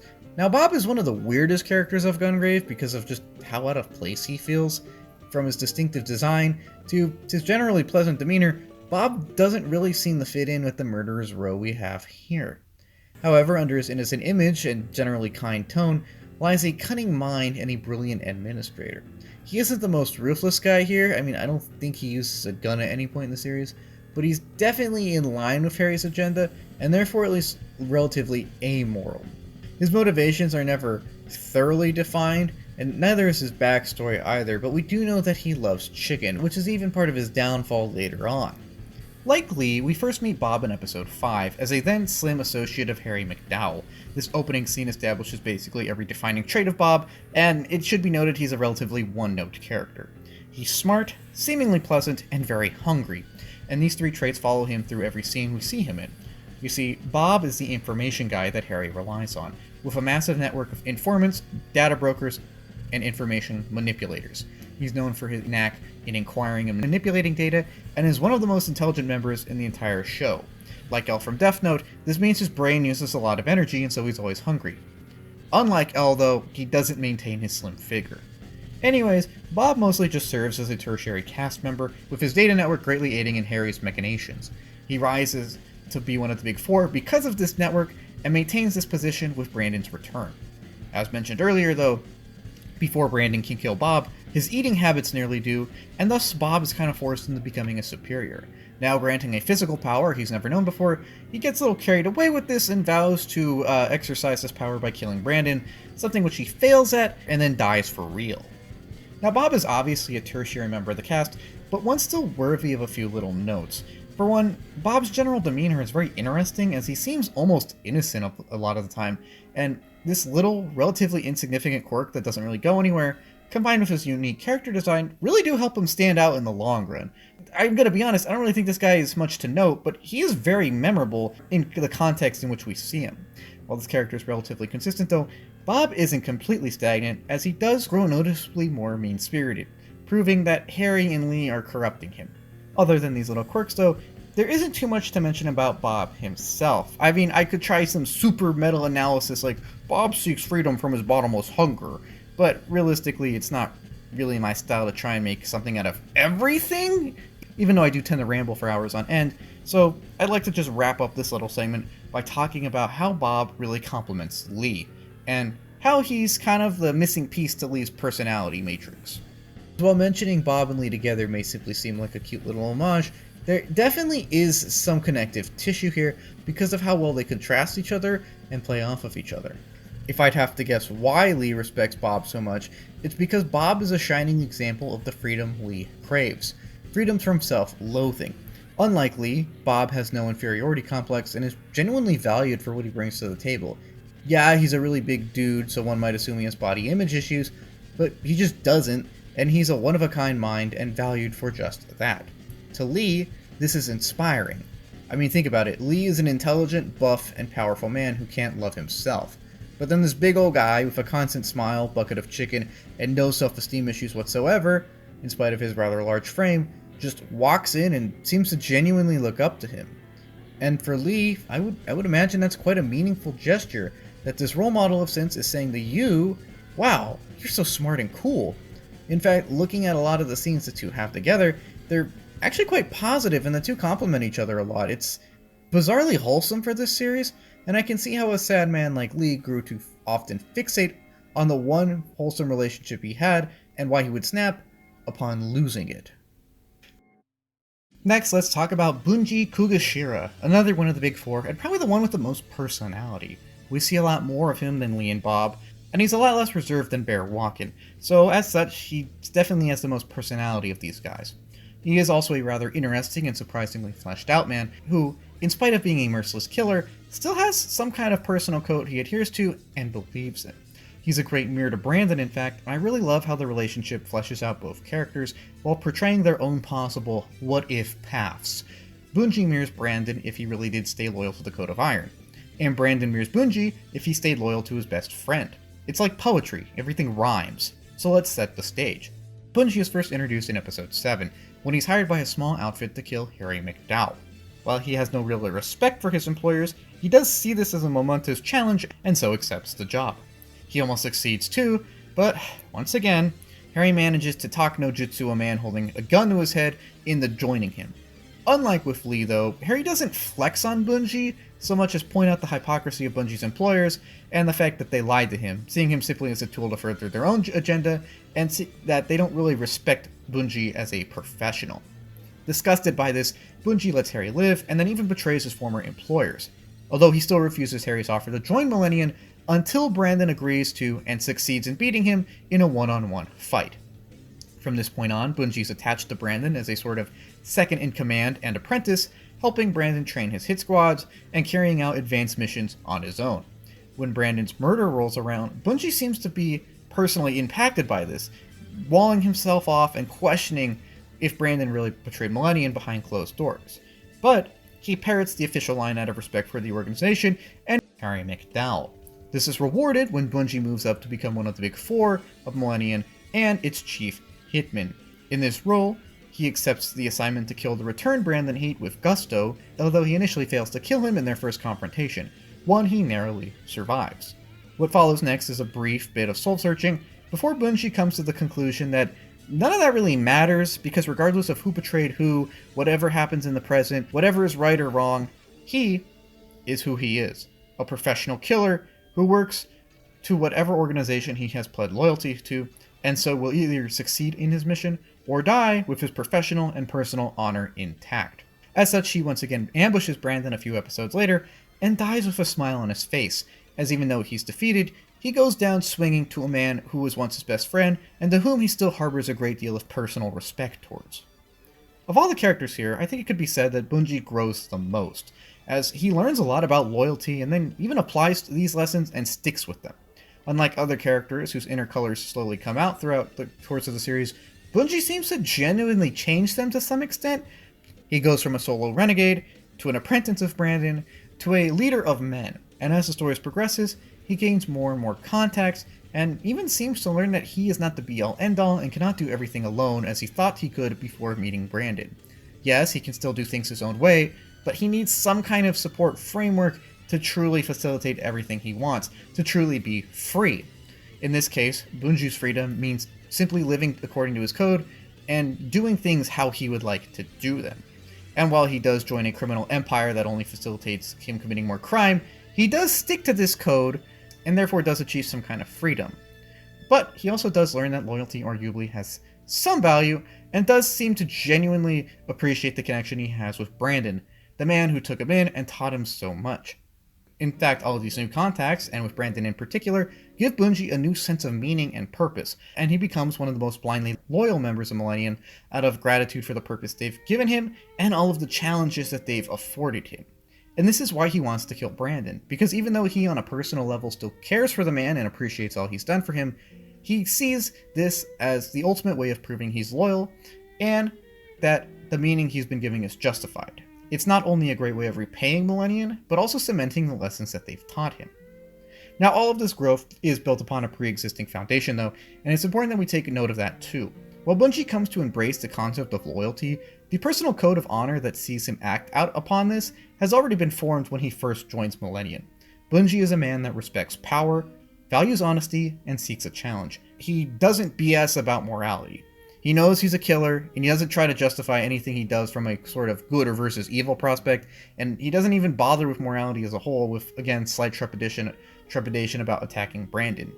Where Lee falls in the madness, bare resignation, and Bob's seeming naivete about the agendas they're being asked to carry out, Bunji simply looks at everything head on and openly acknowledges he's probably a bad dude and says, so what?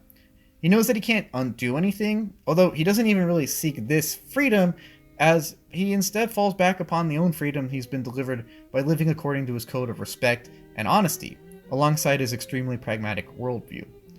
He doesn't have time to really care about or bobble with metaphysical concepts like good or evil, or morality, and instead simply asks the boss what needs to be done, because in his eyes, all that really matters is what needs to be done and the here and now.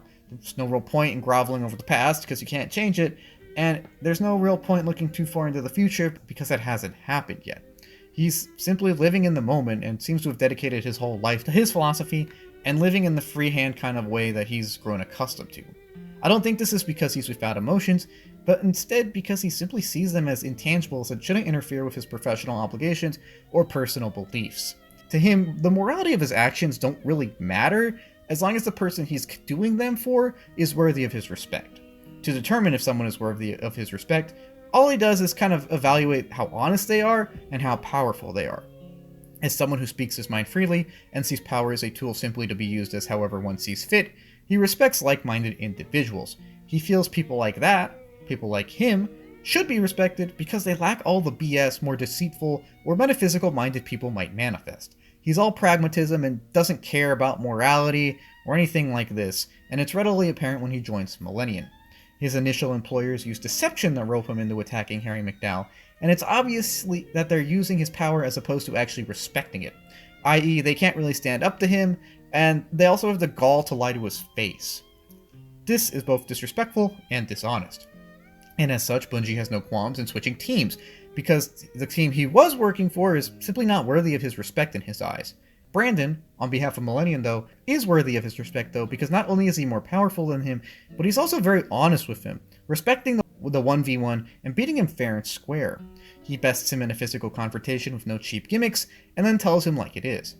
In this, Bunji sees a kindred soul, and therefore willingly submits to a man who to some degree embodies what he idolizes: power, honesty, and pragmatism. Not only does Brandon pay respects to Bunji's power though, he also enhances it, training him and teaching him many things, from marksmanship to leadership, constantly pushing him and feeding his natural love of a challenge. And this makes the conflict with Beyond the Grave Brandon very painful, as Bunji's being asked to kill the man he once idolized. It's one of the few things that actually causes some kind of moral trepidation within him to some extent, and it's something which he still tackles with his sense of honor. It's also an extreme challenge though, something which Bunji often seeks. Where Brandon and Harry's relationship as best friends who fall out is central to Gungrave, Brandon and Bunji's relationship is kind of another iteration of this, and an even more intimate one considering how similar they are. Brandon diligently looks out for Bunji and takes him under his wing, and Bunji is grateful that a man with such skill would be willing to do this for him. They work together, eat together, grow together, and even live together at times, and it's really underrated how close Bunji and Brandon are. I mean, Bunji very obviously respects Brandon and is very appreciative of what he says, but as two very stoic characters, they don't bluntly say this or don't emote it too obviously, although it is something that you can clearly see throughout the course of the story, even if it is to some extent unspoken. It's clear he still values the man, and their final fights even have some kind of respectful undertones to them, but it's also obvious that he's dedicated to this fight. As two men who have seemingly dedicated themselves to being killers at the expense of everything else, two men who have lost all purpose other than those assigned to them by others, they do seem to understand each other in a way that no one else can, and I think this is a reason why Bunji simply doesn't die in the first fight. Because Bunji not only spares Mika out of a respect for Brandon, but Brandon is convinced to spare Bunji out of the bond that they formed in their past time together. And this bond is why their fights feel so much more personal, and it's a struggle that the self-aware Bunji grows to relish after his initial soul searching. He's a professional who puts getting the job done above all else, and then proceeds to do so. In this way, he is kind of a fascinating inverse to Brandon, where Brandon is a professional who ultimately fails to live up to his professional obligations because he wants to protect his friend Harry. Bunji is a man who agrees to kill his best friend Brandon because he's so dedicated to his professional obligations. Like I said, the two mirror each other very well, and this really makes them feel like tragic foils that, even though fighting, still seem to care about each other and respect each other in a way that no other characters in the story really do. Finally, that leads us to talking about Bear Walken, the oldest of the Big Four and the manifestation of regret. Bear is very unique as he feels like the only character that is completely aware of, and to some extent ashamed of all of the poor decisions he's made in the past, especially his mistake of surrendering his daughter Sherry to the predatory urges of Harry MacDowell.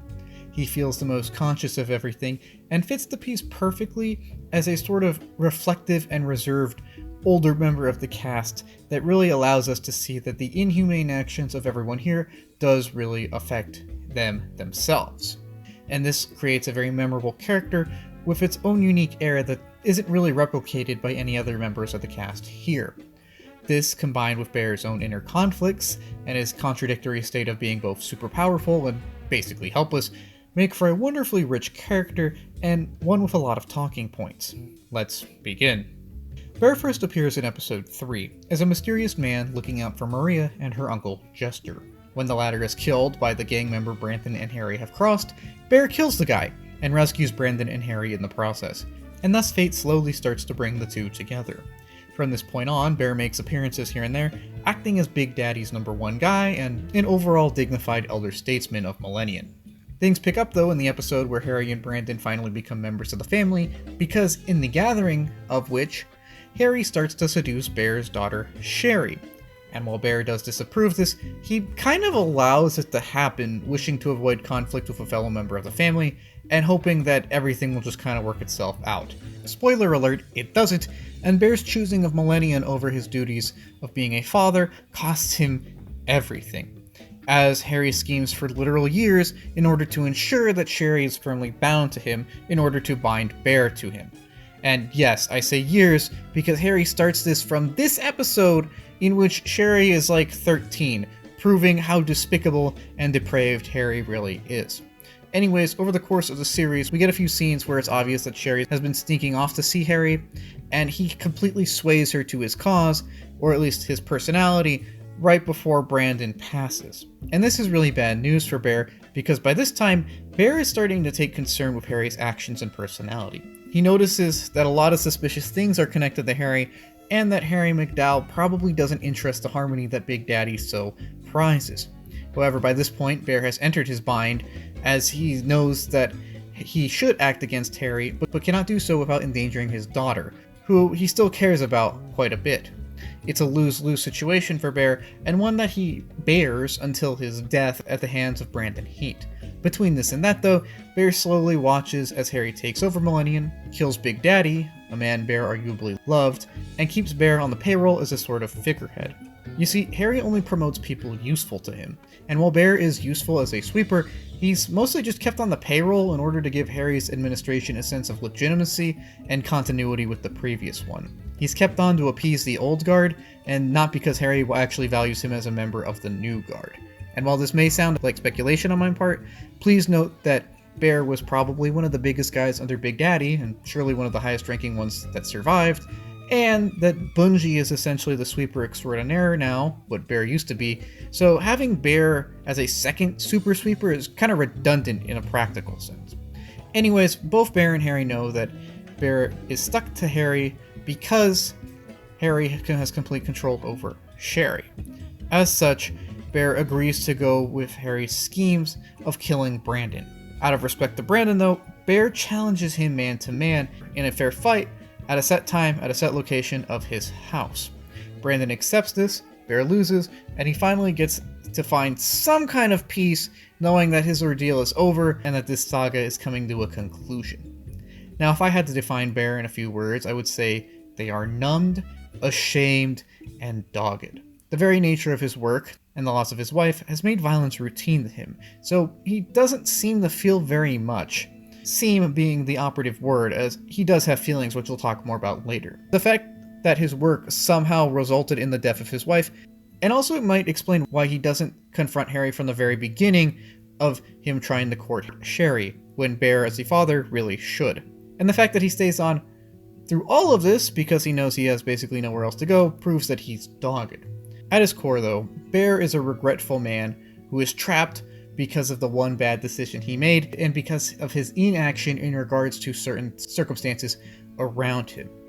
In more than one sense, his entire arc is basically us just watching this proud and capable man be worn down and brought low by both his own mistakes and the circumstances around him that are not completely within his own control. Bear shows the price of loyalty, as his loyalty to Millennium cost him his wife and then his daughter, things that he loses anyways. And while this sounds depressing, because it is in line with the general structure of Gungrave and a sort of embodiment of it, proving that blind loyalty can have its costs if whatever you're loyal to is not morally sound in and of itself. He ultimately ends up walking down a path similar to his late friend Sid Geralde, with one key difference. While both are made men who are completely loyal to Millennium, whose love for their own flesh and blood proved to be the only things they would make an exception for, Sid unflinchingly and uncompromisingly helps his son. He commits to the bit and takes a bullet in the head for it. But although he dies, he does manage to save Eddie, and Millennium and Eddie live on. Meanwhile, in a misguided attempt to help Millennium, Bear surrenders his daughter to, and essentially everyone dies as a result. I don't think he does this because he's scared of his own death, but because he doesn't want confrontation within the family. And so by choosing what he assumes to be a practical option, he kind of surrenders his responsibilities as a father, showing us that one of these two men succeeded as a father at the expense of his life, and the other did not. And while Sid is a minor one-episode character, I love the fact that they have a whole episode with him, as he's a sort of foreshadowing foil to Bear. None of this is to say that Bear is a pushover in a physical sense at least, as in a 1v1, I want to say that he could beat everyone here other than Brandon and maybe Bunji. Don't quote me on that, but that feels right. However, the intrigue and perhaps tragedy of his character arise from the gap between this seeming agency and his inability to use it to effect meaningful change in his life. While Bear could take on almost anyone here if it was just him versus them, the fact of the matter is that neither he nor any of us live in a vacuum. Sure, he could just kill Harry, the man who's been destroying his life, but he doesn't because he knows that that would probably endanger his daughter or the harmony within Millennium. Bear is binded not by his physical shortcomings, but by the simple fact that he can't decisively commit to either his daughter or Millennium, and so in trying to tiptoe a line between both, he can't have either. He does want to protect and preserve the living memory of his late wife, and proof that he's done something constructive, and yet he also wants to preserve the harmony within Millennium. And trying to do both means that he ends up surrendering his agency and his daughter to Harry. Harry, meanwhile, grabs the small bit of sentimentality left within Bear's heart and squeezes it mercilessly. By manipulating and later marrying Sherry, Harry has essentially bought her father, and both men knows this. Bear knows that Harry has less than savory ideas and ideals and plans, and Harry knows that Bear dislikes all of this. And yet both men also know that Bear would never dare risk the safety of his daughter. As such, Bear is kind of forced to roll over by a man who, in an actual fight, wouldn't stand a chance. But this doesn't mean that Bear isn't at all culpable in this. As mentioned earlier, he does fumble the whole protecting his daughter thing in this frame of Gungrave right here, this very frame. Why? Because as soon as she notices that she feels about Harry, this presents Bear with an extremely unpleasant set of options. His options are A. Allow Harry, a man who is about 15 years older than his daughter, who is a minor in this situation, to illegally court said daughter, compromising his duties as a father, and essentially surrendering his daughter to a predator. Option B. Try to stop Harry or keep him away from his daughter, something that he can't guarantee success in, and that he doesn't want to consider because confronting another member of the family might risk a gang war and or violence within Millennium. Or option C, Bear can simply take his daughter and run away from Millennium, retiring to obscurity, leaving everyone else he cares about and the organization he's dedicated his entire life to exposed to more danger that he in this scenario would have no options to really counter. No matter which of these options he chooses, Bear is compromising at least some of his obligations and is compromising some of his duties, whether it's as a father or as a loyal member of Millennium. However, as a loyal member of Millennium, he makes the fatal decision of going with option A, by reasoning that that will probably result in the least bloodshed, and that Harry might not be a complete degenerate. Spoiler alert, he is. As a father, Bear knows that it's his duty to raise and protect his daughter, and yet he somehow comes to the conclusion that allowing her to have an inappropriate relationship with a man 15 years her senior is the, and I cannot use enough quotations here, quote-unquote, safer option for everyone. Bear is so afraid of losing his daughter, he essentially surrenders her, which ironically gets her killed in the long run anyways. By choosing what he views as the most pragmatic and peaceful option, ostensibly for Millennium's sake anyways, Bear surrenders the control he has over his young daughter, and ultimately himself, to the detriment of both. He compromises his duties as a father, failing to keep his daughter away from a predator, and this is his downfall. Now, I do understand that Bear does not live in a vacuum, and we can say, at least later on, that he's essentially trapped because Harry is essentially holding his daughter hostage. And while that is true later on, we cannot overlook the fact that in this scene, going back to this scene, Bear is still a much more senior, much more higher ranking member of the organization than Harry. We can logically say that Bear could have stopped Harry in some way. I mean, he does outrank him, and he is still an OP anime character who could have definitely put his foot down, sent his daughter to boarding school, roughed Harry up, physically intervened in some other way, or done something. I don't know. We could have done something other than just frowning at Sherry and just letting everything play out, but he doesn't. For one reason or another, he doesn't stand up to Harry when he should for fear of destabilizing Millennium, and ironically, like costing his daughter, this also just destabilizes Millennium anyways, because it means that Bear is powerless to stop Harry's rise to power once he realizes that Harry does not have good interest in mind. And all of this gets us to talking about Bear's feelings briefly. While Bear is extremely reserved, that's only a sort of blanket over all of the stuff he actually feels, which is mostly a mixture of sadness and anger. His love of the organization overshadows his love of his daughter, and they both become mutually exclusive as his failure to stick to either costs him both. While I don't think he's happy about the whole dying thing, I can definitely understand how someone might think that based upon the sliver of peace he seems to find in it. Now, I don't think this is him welcoming death, but instead an opportunity to simply just no longer have to be trapped in this life and no longer have to be bound by the mistake he made of not standing up to Harry when he should have. But before this point, he had endured all of that regret, and it's essentially his main character trait, this silent regret that encompasses all of Bear's being. He loathes it, and he loathes himself for not only getting his wife killed, but surrendering his daughter, and therefore his ability to affect change on Millennium's future. He can't undo any of that though, and that's kind of why he just goes along with Harry's schemes, and arguably why he breaks the code of iron.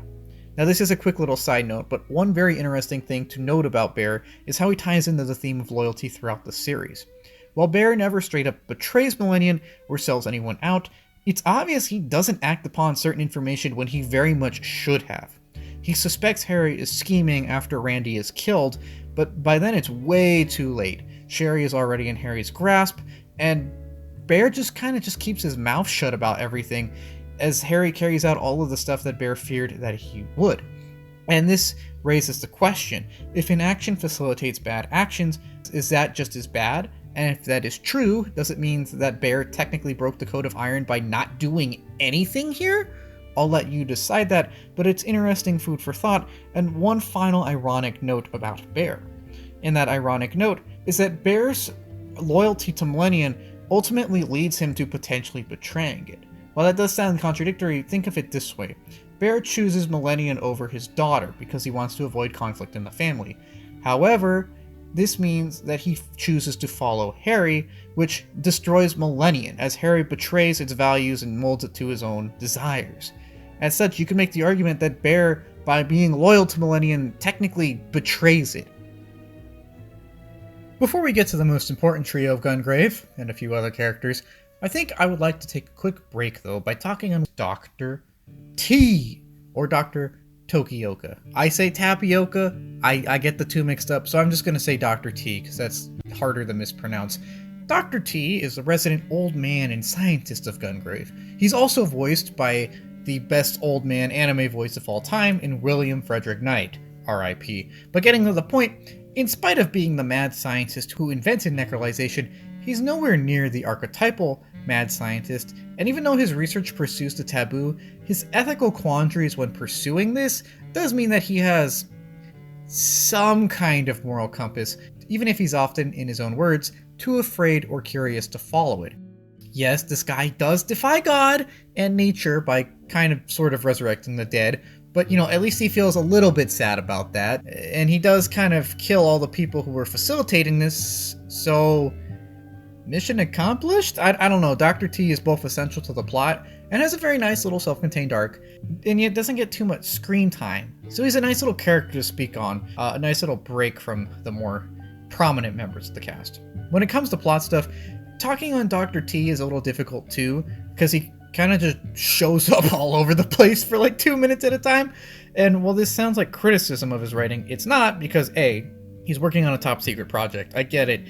He probably wouldn't be, front and center all the time. And B, it wouldn't really make sense if he became as important as he does in episode 18 if we didn't see him throughout the series. So I very much appreciate the obvious effort they employed to get this guy a ton of little cameos and bit appearances throughout, because it means that in the back of our minds, we still know who he is and we're always aware of his presence, so he fits well into the continuity when he becomes more prominent in episode 18. While his early appearances are not the biggest, just having him around, just having these little appearances, means that we're much more accepting of his later big ones. Anyways, Dr. T first shows up in episode 1 as Brandon's main support guy, and then at various points throughout the flashback. Like I said, he kind of just shows up places so the writers remind us that he exists, but he's not too prominent until episode 15. All you gotta know is that he may or may not show up in episode 3 or 4, this guy, in episode 9 when Lightning starts funding his research, and at a few points between then and episode 15, just kind of working on his research and switching employment to Harry MacDowell after the fall of Lightning. And that's just how it kind of is until episode 15. And this is the critical episode, as it is in this episode, Doc T necrolizes Brandon at some point, and then a lab accident that he may or may not have facilitated occurs, allowing him and Brandon to sneak off into the night while setting Harry's project back a while. Now, it's not completely set back, because one of the most impactful anime characters with only 3 lines in an entire series shows up, that being Laguna Glock, who is basically the archetypal mad scientist we expect Dr. T to be. But anyways, Dr. T does manage to succeed in the go to hiding with Brandon, and then he just kind of hides out for 13 years in a big semi-trailer with a legally dead man doing something, I don't know, drinking? They're not really super clear, but all of this is interrupted when Mika seeks out Dr. T on a tip from her butler, who's actually Dr. T's legal brother, and then she and him unite with Brandon in order to take down Millennium in the present timeline. This is episode 18 to the conclusion of the series, and it does see Dr. T take on a much more prominent role, as while he doesn't fight, he is critical support that fixes Brandon up, upgrades his weapons, and pays the bills. And he's pretty good at this too, not only upgrading Brandon's kits to be super effective against superiors. And while he doesn't warm up completely to Mika, he does respect her and does respect that she wants to avenge her father, something that he also kind of wants to do because of all the regret he has inside of him for facilitating Harry's rise to power. All of this comes to a head though when, during the fight with BalladBird Lee, Dr. T shields Mika with his body and catches a stray Destructo disc, mortally wounding him. As he passes in Mika's arms though, he at least takes some solace knowing that he finally had the courage to actually listen to and follow his conscience. Dr. T lives in a near constant state of retrospective regret, analyzing the choices he made in the past, why they were probably not the best call, and then kind of sort of just stumbling forward with some kind of moral imperative to try and make things up.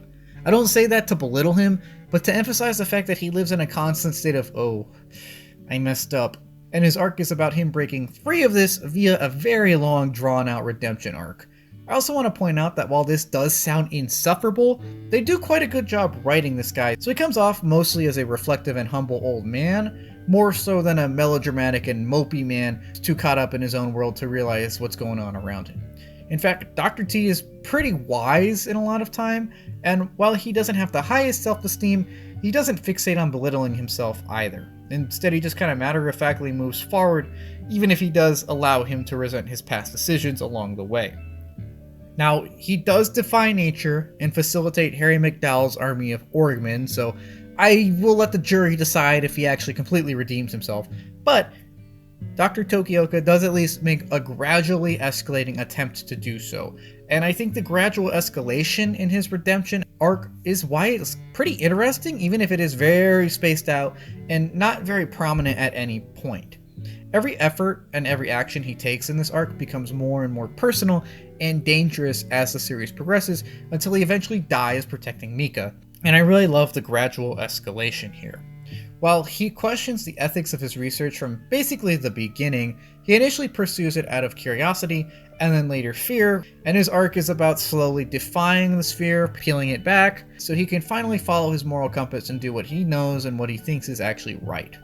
Now, his first acts of resistance are very small, very impersonal things that he could deny as simple errors or miscalculations. For example, when working under Harry, he conceals for years that necrolizing living people is actually much more effective than dead people, and while this is an obvious attempt to hinder the process, it's also something he could very easily sweep under the rug as the head researcher, because he could just dismiss this as a simple error or bad theory that he was testing out. It's pretty low risk when we zoom out, because no one is going to call out the guy who literally invented this process on how he's doing it wrong. Next, though, he successfully runs away from Harry MacDowell and necrolizes Brandon in his super-secret semi-truck lab. While these are more personal actions, and they are of course more dangerous than simply making a few small clerical errors and chalking them up to ignorance, he's still running away. He's not necessarily confronting his past mistakes, even if he's kind of vowing to stop facilitating them. Next, though, 13 years later, he actively takes Mika in and drives Brandon around, even bailing him out in a few fights. Now his actions are both becoming more personal and more dangerous, as he's finally willing to just kind of shove all his fear away, and even if scared, act upon his moral compass to fix some of the regret that he's felt all these years.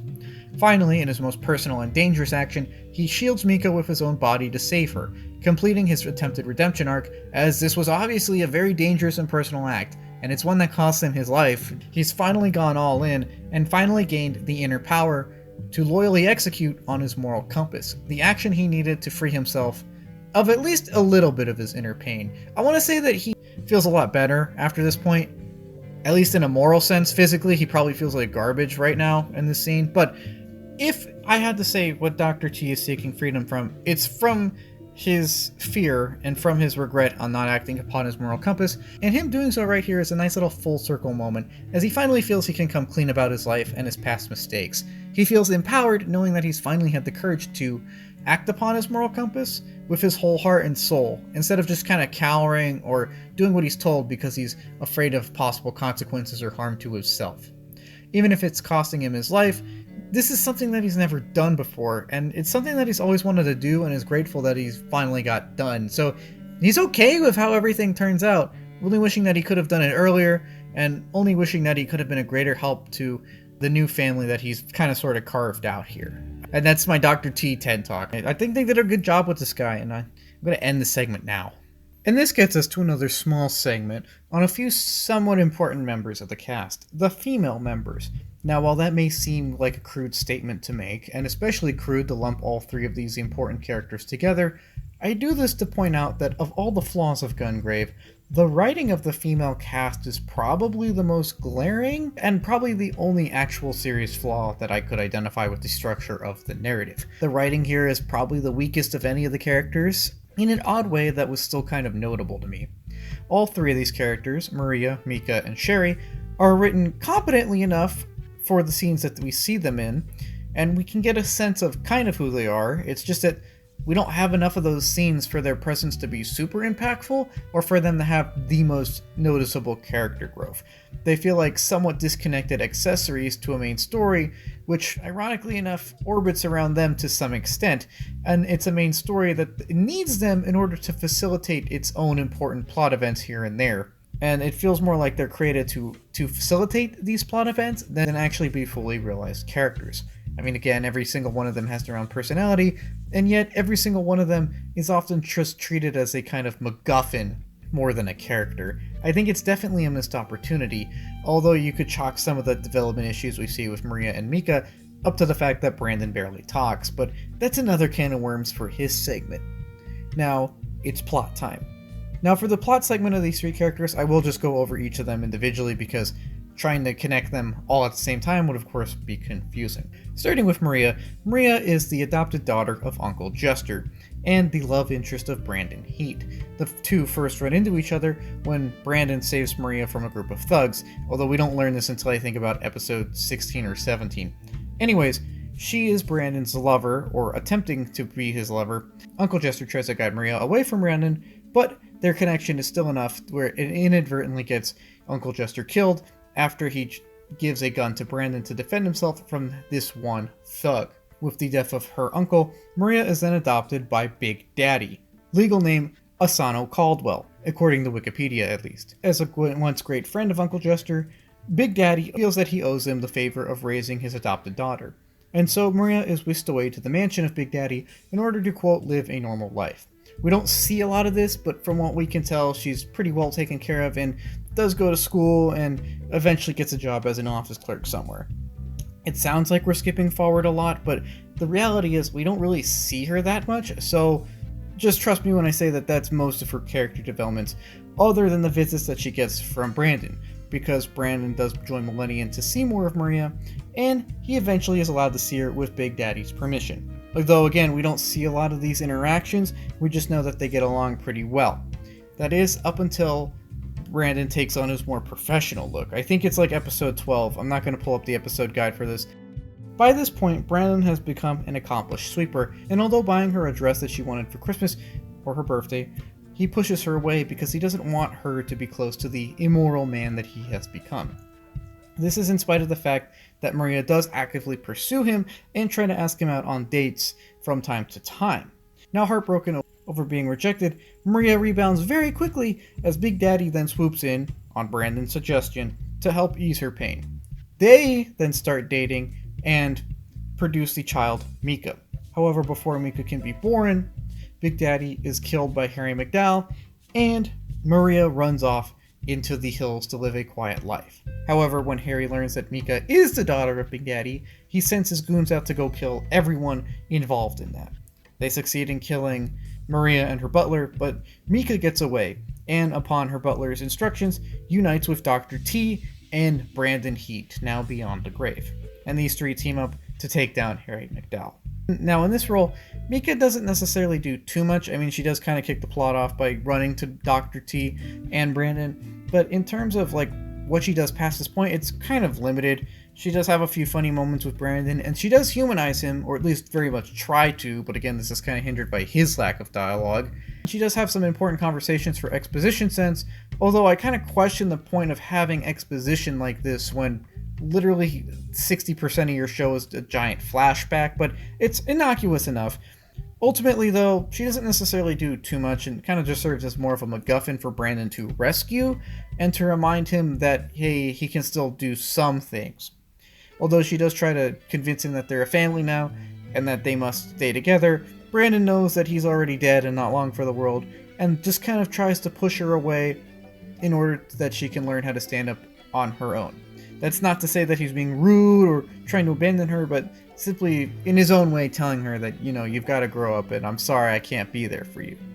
We see Mika last in the final episode when she kind of comes upon the bodies of Harry and Brandon, and while weeping silently over the two, accepts that it's just what happened and that she's got to move on. Finally, we're going to do a quick note on Sherry Walken. Now, Sherry Walken is Bear Walken's daughter, and introduced in the same episode where Brandon and Harry are formally introduced into the family. By this point, I think Harry is somewhere between the ages of 20 and 24, and Sherry is, I think, like 15. They drop a few ages throughout the series. I know she's under 18, and that's important because at this episode, it's obvious that she's enamored with Harry. From this point on, he slowly starts manipulating her in order to try and convince her that he is the best guy ever. Yes, he does this with a minor. Yes, it is disgusting. As the series progresses, though, we see her from time to time, and usually with Harry MacDowell. And after she becomes an adult, she's completely enamored with Harry, and they get married. While this does please Sherry, it very much disappoints her father, who not only distrusts Harry to some extent, but also wanted his daughter to just marry someone outside of Millennium to try and get a fresh start on things. Sherry then just doesn't really show up for most of the series, until the final adult current timeline episodes, where she tags along with Harry on a few occasions, although ultimately dies in his arms in a failed assassination attempt against him. It is tragic seeing her bleed out in the arms of the man who's manipulated her for so long, but it's not the most impactful death in the series because we don't necessarily see too much of her. Now, there's two sides to all of these characters.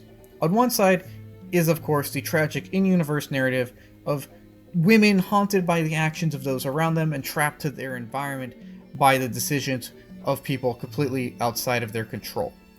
And then there's the IRL analysis of a writing room that honestly may not have had the clearest idea of what to do with any of these characters.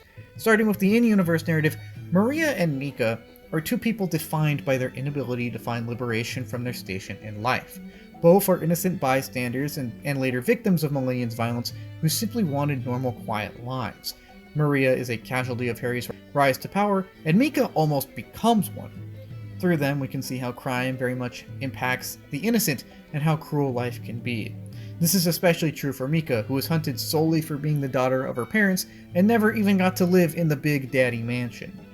These thematic threads also relate to Sherry, who loses her mother to crime, although she kind of inverts the scheme here, as while Mika and Maria seek the liberation of a quiet life, Sherry is perfectly fine with being the princess to a crime kingpin. And yet all three of these women are people who are seemingly decent and yet undergo great trials because of the sins of those around them, with Maria and Sherry even dying. There is some thematic depth to these characters is what I'm saying. And yet for how important all of these characters are to the plot and their thematic similarities, they aren't really afforded any real impact on the plot from their own hands.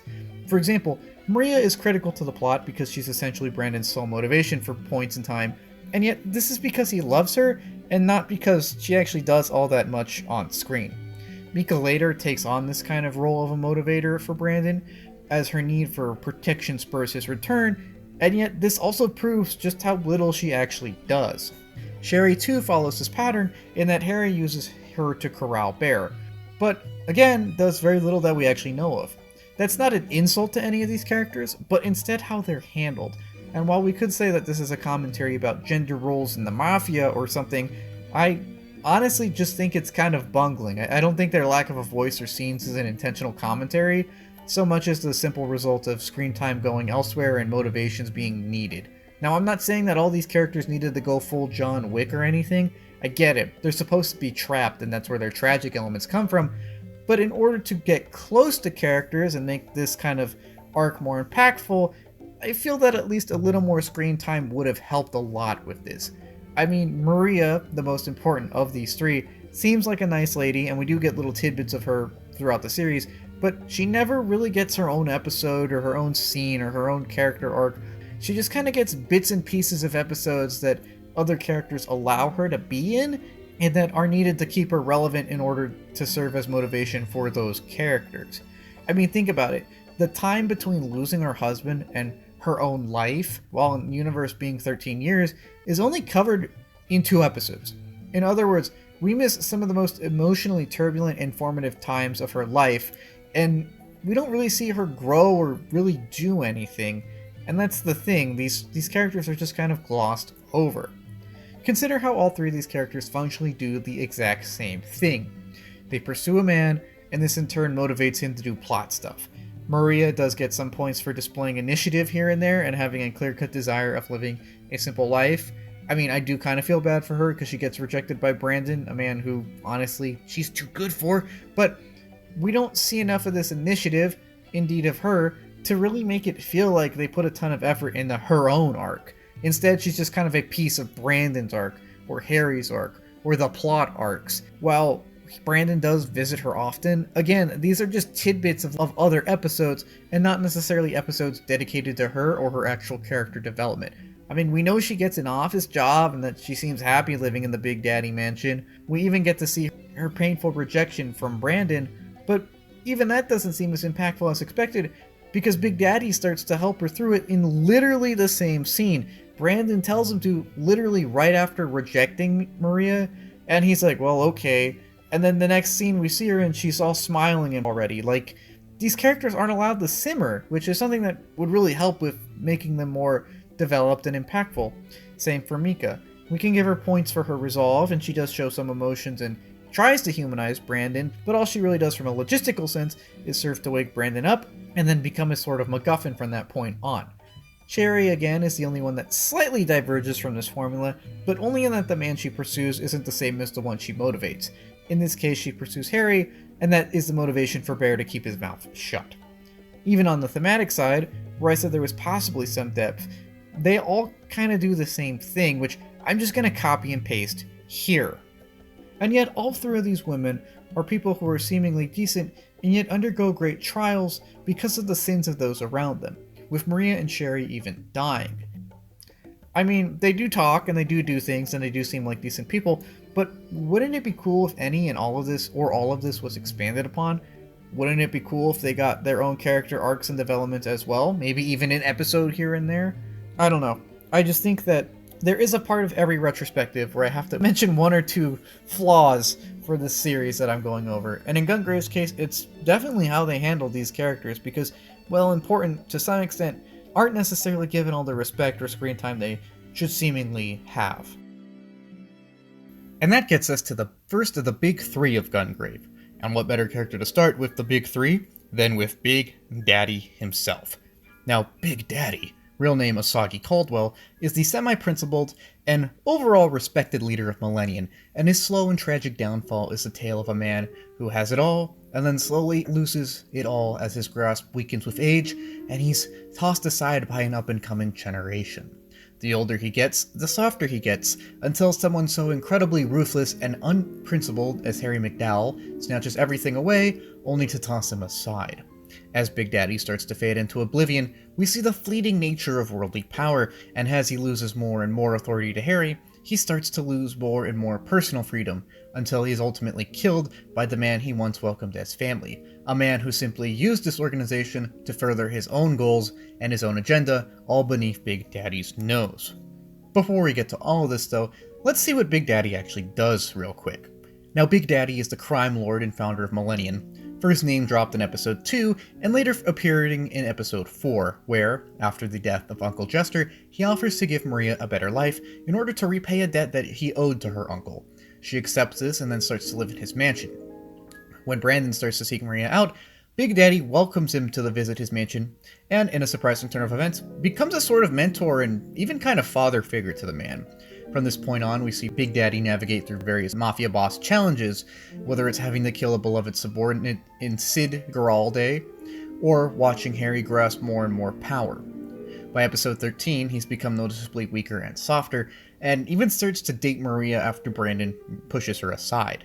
Now realizing that his power is leaving him no matter what he does, and that he is mortal, Big Daddy decides to accept that and name a successor in order to, at the very least, see things off in his style, and try and guarantee some kind of positive trajectory for Millennium. As such, he names his longtime ally Alzactino as his successor. This doesn't really matter though, as Alzactino is soon hospitalized, and Harry seems to have possibly had some part in this. And said Harry later strong arms Big Daddy into naming him into his true successor. Now, with a lover and a child on the way, Big Daddy realizes that he's essentially pinned down and yields, simply requesting that Harry respect the idea of harmony that Big Daddy has ingrained into his leadership philosophy. Now essentially kicked out of the organization, Big Daddy stops Maria from confronting Harry over Brandon's death, although he in turn does so himself. Harry welcomes him in turn informs him that he only keeps him alive in order to legitimize his own rule. Realizing that he's being used even after being ousted, and that Harry has no respect for the principles that Big Daddy clings to, Big Daddy begins the classic "Bourbon is derivative of whiskey" scene, where he scolds Harry for simply taking something as opposed to actually making something. For years, Big Daddy has seen Harry rise through the ranks of power only to parasitically use others' abilities and talents for his own gain, whether it's being the one that employs Brandon or working off all of Bob's information. Harry MacDowell is a parasite in his eyes, and he finally lets him know it. And he also lets him know that he's sick of it. He tells Harry in no uncertain terms that he's a parasite and that he's a derivative, a cheap knockoff of a big mafia crime lord, and that's all he'll ever be. While this does distress Harry, he doesn't do anything about it at first because he still sees a need for keeping this kind of figurehead alive. However, once Big Daddy brings up Brandon's name and scolds Harry for killing what he thought was his best friend, Harry finally snaps, because in Harry's eyes, Brandon chose Big Daddy over him, which isn't necessarily true, but that's a discussion for their segment. Anyways, Harry's pushed over the edge and shoots Big Daddy in a fit of impulsive and uncontrolled psychotic anger, leaving the latter to die in a pool of his own blood, although at least having been able to speak his own mind and go down swinging. Now, in the genre of powerful men who slowly lose everything, Big Daddy is another great entry, not only because of how well paced his fall is, but also because how it exposes the supposed faults in both his beliefs and his execution of those beliefs. Since Gungrave is set across decades, we get a full picture of Big Daddy's big power and his tragic demise, allowing us to truly appreciate the scope of this man, his accomplishments, and his failures. Now, zooming in on the Don Daddy real close, we have to appreciate who this man is as a man in order to try and get an understanding of both his moral codes and why he ran Millennium the way he did. And this is a man with some kind of moral code, and uses that in order to justify the Code of Iron and to try and promote, as he says, harmony. In fact, ending the turf wars of the many gangs before his time was an explicit goal of him founding Millennium, and that's why a lot of his subordinates respect him, or at least the earlier members. Take, for example, Sid and Bear Walken, who were rival gang leaders who almost killed each other over a territorial dispute before Big Daddy stepped in, mediated between them, and got them on the same side to work together. And in this way, we can see that he does have some kind of genuine constructive impulses within him that seek not necessarily to hurt others, but to maintain an order that will allow everyone to thrive as much as possible. Now, while this does sound benevolent, we have to remember that he is of course a massive mafioso, so we can't say that his record is clean or that this harmony is being used for good purposes, but as someone who sees Millennium as an instrument of order as opposed to a breaker of it, we can say, or you can make some kind of objective argument for Big Daddy having some kind of moral compass, or good inside of him. Yes, he could be extremely ruthless, but only within the restraint and boundaries of his own code. Yes, Millennium is an organization which is not afraid to use violence to further its own goals, but under his rule, it is a relatively subtle one that is used to maintain the balance of the criminal underworld, more so than expanding its power or interfering with normal civilians. In fact, he tries to interfere with normies as little as possible in order to facilitate prosperity for both, as by maintaining a low profile, less questions are asked about what he's doing, and he maintains some respect by minimizing collateral damage, something which he also seeks to avoid. Now, the reason he values harmony isn't necessarily said explicitly, although, judging by his demeanor, I think we can generally assume that he genuinely sees peace as something good, since it allows everyone to at least get by. And he does stress this as While he could do more with the Millennium Organization, he runs it relatively subtly throughout his tenure. He sees stability as a big part of this harmony which he values so much, which is why he uses his Code of Iron as an objective measure and tool in order to maintain the stability of Millennium. Big Daddy doesn't necessarily like having to kill those who break the Code of Iron, but as a big picture guy, he sees such policing actions as necessary for maintaining order, and maintaining order is necessary to maintain his overall goal of maintaining harmony. Now, he's by no means a psychopath. Indeed, he does have a strong sense of honor, respect, and loyalty, but he does believe in peace through strength above all, and in his eyes, as long as everyone knows that the Code of Iron is all-powerful, then they will abide by it, and then, by extension, they will abide by him and maintain the peace and harmony that he judges so important. And I specify the Code of Iron as being all-powerful and not him because he does a pretty good job of separating himself from the Code, not only making him less morally culpable for punishing violators, in his eyes at least, but also bolstering the credibility of his power. He never says, "I am the be-all, end-all," but instead says that the Code of Iron is the be-all, end-all, and as the guy who invented it, he just so happens to be the most qualified to see that it's administered consistently and fairly. And while this does mean that Harry can later fully separate the two and exploit the code for his own purposes, it also means that Big Daddy gains a ton of respect instead of simply being feared. He is respected as an often neutral and objective leader who simply wants to interpret the code as honestly as possible, and is not feared as a passionate or impulsive killer like Harry. And this is a really genius part on Big Daddy's part, as by codifying a sort of set of laws, he not only strengthens the structure of Millennium as a whole, by showing that there are rules to follow, but also the stability of his regime, by allowing the code to lend some kind of legitimacy to it. All of this is because Big Daddy doesn't see money or power as the big goal, but simply stability and order. And he is, at least in some way, to some extent, to be respected for this, as it means that this is a man at the peak of his power, who is also surprisingly restrained with that power, and is also surprisingly personable and humble. Big Daddy's writing was a very surprising and very pleasant twist for me, as I didn't think such a powerful man would essentially adopt Brandon or cry when having to enforce the Code of Iron. I didn't expect him to have such a heart, and it really is touching and gets us to like the guy more than I thought we would. I was expecting a stereotypical conflict between Big Daddy and Brandon over Maria, or some other kind of squabbling, but the fact that they bond so wholesomely, the fact that Big Daddy genuinely seems to value the lives of those under him, the fact that he does maintain order to protect them to some extent, and the fact that he does want to establish laws in order to facilitate the greater good of the criminal underworld, does mean that he has a lot of heart inside of him, and even if it's not going towards the best cause, he does have some kind of, at least somewhat noble cause in his eyes, at least. He's not a psychopath, and he's not simply out for money and power, but for a bigger picture and a bigger goal that he seeks to maintain.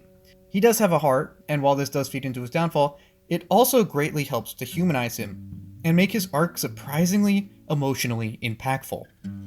The more we see him, the more that we see he is human, and watching another guy fall from the peak of power, especially when he uses his power in a relatively judicious way in this context, is something that makes him surprisingly relatable and even tragic, dare I say.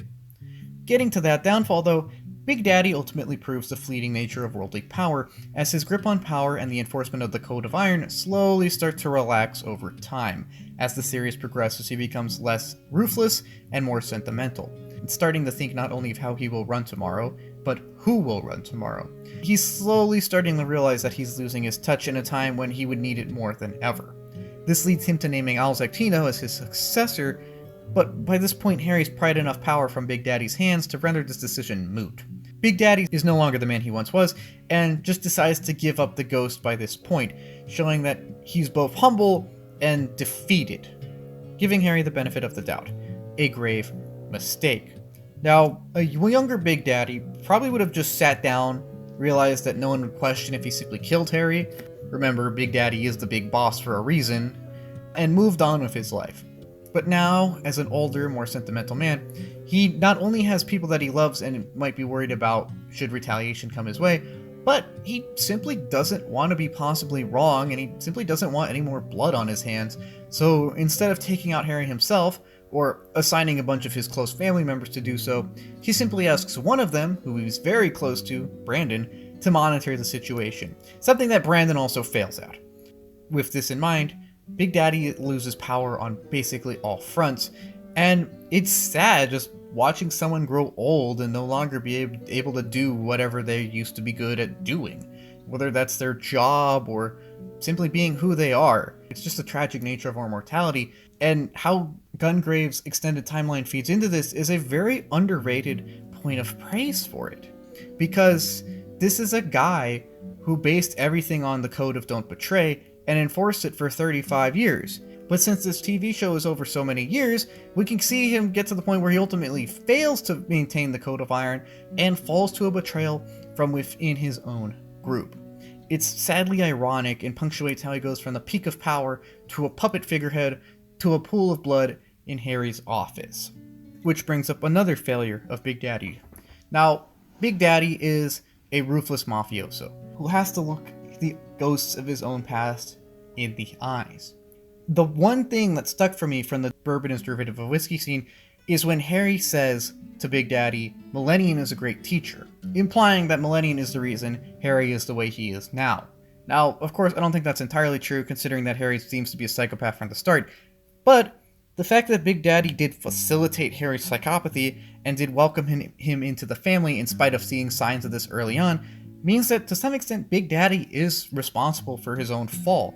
And ironically, his own fall doesn't come from the flaw of being a crime lord who ruthlessly kills to maintain his power, but from relaxing his grip on that power and trying to be a nice guy for once. It's a cruel twist of irony that he's kind of punished for his good deed instead of all the myriad of bad deeds that he's done. That's not to say that Big Daddy was a complete failure, though. In fact, it's pretty obvious that in some ways he was much more successful than Harry MacDowell. His style of running things was much less blatant and harsh, which isn't really saying much if we're being honest, and, by extension, much more sustainable. Big Daddy's code and Millennium was one that focused on an ethos more than results. It was one that focused on a culture that could maintain coherent identity and unity, even in the face of external threats. Remember, Big Daddy's Millennium survived the Lightning War, it survived Sid's betrayal, and to some extent, fragments of it even survived Harry's coup. This was because the culture and respect that Big Daddy earned endeared himself and his ideas to those under him enough to maintain some kind of legacy. Meanwhile, Harry's reign was toppled as soon as it came to its first great existential threat because a large amount of people just simply weren't bought into it. They were either corralled by fear tactics or were just there for the dough. When people buy into a culture of respect and professionalism, they are willing to make sacrifices for the sake of that culture. When they are simply on the payroll and there's no real accountability, not so much. And Big Daddy knows this, serving as an example of restraint and respect for those under them, saying that as long as we operate by the rules, everything will be okay. With much less respect and much less rule of law, though, the new millennium under Harry MacDowell lacks a lot of the intangible strength and unity that Big Daddy's had, and as a result is a brittle one, capable of great feats, but also surprisingly weak should the right spots be hit. As we see when Brandon's disposal of the Big Four basically allows a coup to completely destroy Harry MacDowell. For all of his faults, we must credit Big Daddy with the strength and unity of Millennium, for his style of running things and how he held himself and how he carried himself out, directly cultivated and ingrained these things into the organization, something he should be credited for. For even if the Code of Iron and its attached culture were ultimately used against Millennium by Harry, Big Daddy's reign was still over twice as long and much more stable. There is a commentary here about how Big Daddy proves that just because someone may have great power, they shouldn't flaunt it or go mad with it. Instead, they should use it responsibly and with restraint, as without restraint, raw power and brute force will ultimately fizzle out, or hit a wall, or simply lose the plot, as Harry's MacDowell's power does all three of these things. With restraint, though, power can be channeled and be used much more efficiently. It can be maintained for much longer and more productively. Big Daddy proves that kindness, respect, and admiration can inspire others to follow you when the rule of fear breaks down. He proves that they are ultimately more sustainable and much more admirable, as longevity is often greater than short peaks in many cases, and that respect will always earn you more than fear. Finally, that gets us to the main pair of characters in Gungrave, Harry MacDowell and Brandon Heat. Now we're going to start with Mr. MacDowell because I don't want to end on any of the sinister notes he evokes, and I also think that Brandon's writing is not as tight as MacDowell's. In spite of this disclaimer though, I think Harry is probably the character with the most to comment on, much to his satisfaction I would imagine, and not just because he's a crazed murderer, but because of how the murderous actions he undertakes are motivated by a glaring misunderstanding of what freedom is and his unquenchable thirst for power, which ties into that. He is a very layered character whose ugly surface layers all amalgamate into a sludge that thoroughly buries and hides the unstable and volatile core that rarely, but very noticeably, peeks out every now and again. He is disgusting, he is despicable, he is degenerate, disloyal, and so many other deplorable things. But that's kind of the point of Harry MacDowell, and he's proof that the creative team here had a long-term vision and stuck to it very well. Not only does Mr. MacDowell drive the plot of Gungrave and serve as a reprehensible monster to rally against, a crime kingpin and a sick loser, a parasite and a pariah, but also a complete abomination and a core aspect of the series. For indeed, if not for Mr. MacDowell, we wouldn't really have much of a plot here, and we would definitely have much less to comment on. As someone with no morals that somehow makes us appreciate the themes of the series, Mr. MacDowell is a core component of Gungrave through and through, even if he is the embodiment of all of the deplorable things which take place in it. He is one of the most interesting characters for the series for this reason, particularly because how disgusting he is makes him a near total opposite of Brandon, and this dichotomy punctuates not only these characters, but the themes of Gungrave as a whole. Plot time. Harry MacDowell was born an orphan in the city, and while at the orphanage met and became good friends with Brandon Heat. The two aged out of the orphanage eventually and became young punks scrounging a living alongside fellow youths Nathan, Kenny, and Jolise. They form a small gang led by Harry and survive mostly by committing petty theft and other odd jobs for stronger gang leaders. This continues until a run-in with an actual mafia member changes all of this. You see, Harry beat up this guy's brother, and in a desire to avenge this humiliation, his brother kills Harry's friends and tries to kill Harry and Brandon. And he would have succeeded too, if not for the intervention of Bear Walken. This chance meeting with Mr. Walken, though, inspires Harry to become a powerful big-time criminal somewhere else, and he embarks to become one in another town. Although another chance encounter with a main Millennium man, this time Mr. Randy, so inspires Harry that he literally goes to Mr. Randy and literally begs for a chance to join Millennium. Randy initially refuses, but a skeptical Randy relents when Harry passes his assigned tests, and soon Harry works under him.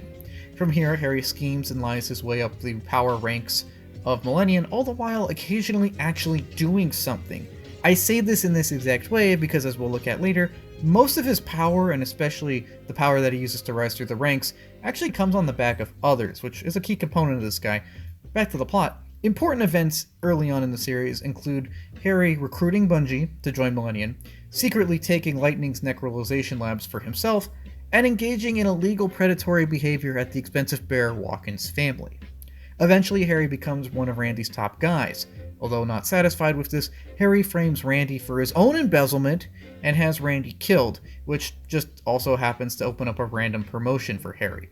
Nearing the pinnacle of power, Harry suffers a setback when Big Daddy doesn't name him as the next boss, because the large lord of crime can clearly see that Harry is a snake and has an unquenchable ambition, something which Big Daddy rightly fears will just destabilize Millennium and destroy it from inside. Harry is doubly devastated when he overhears the conversation in which Big Daddy states this, because in the same conversation, Brandon affirms his loyalty to Millennium, as opposed to strictly Harry, and says that Millennium should come before Harry, which Harry sees as a betrayal.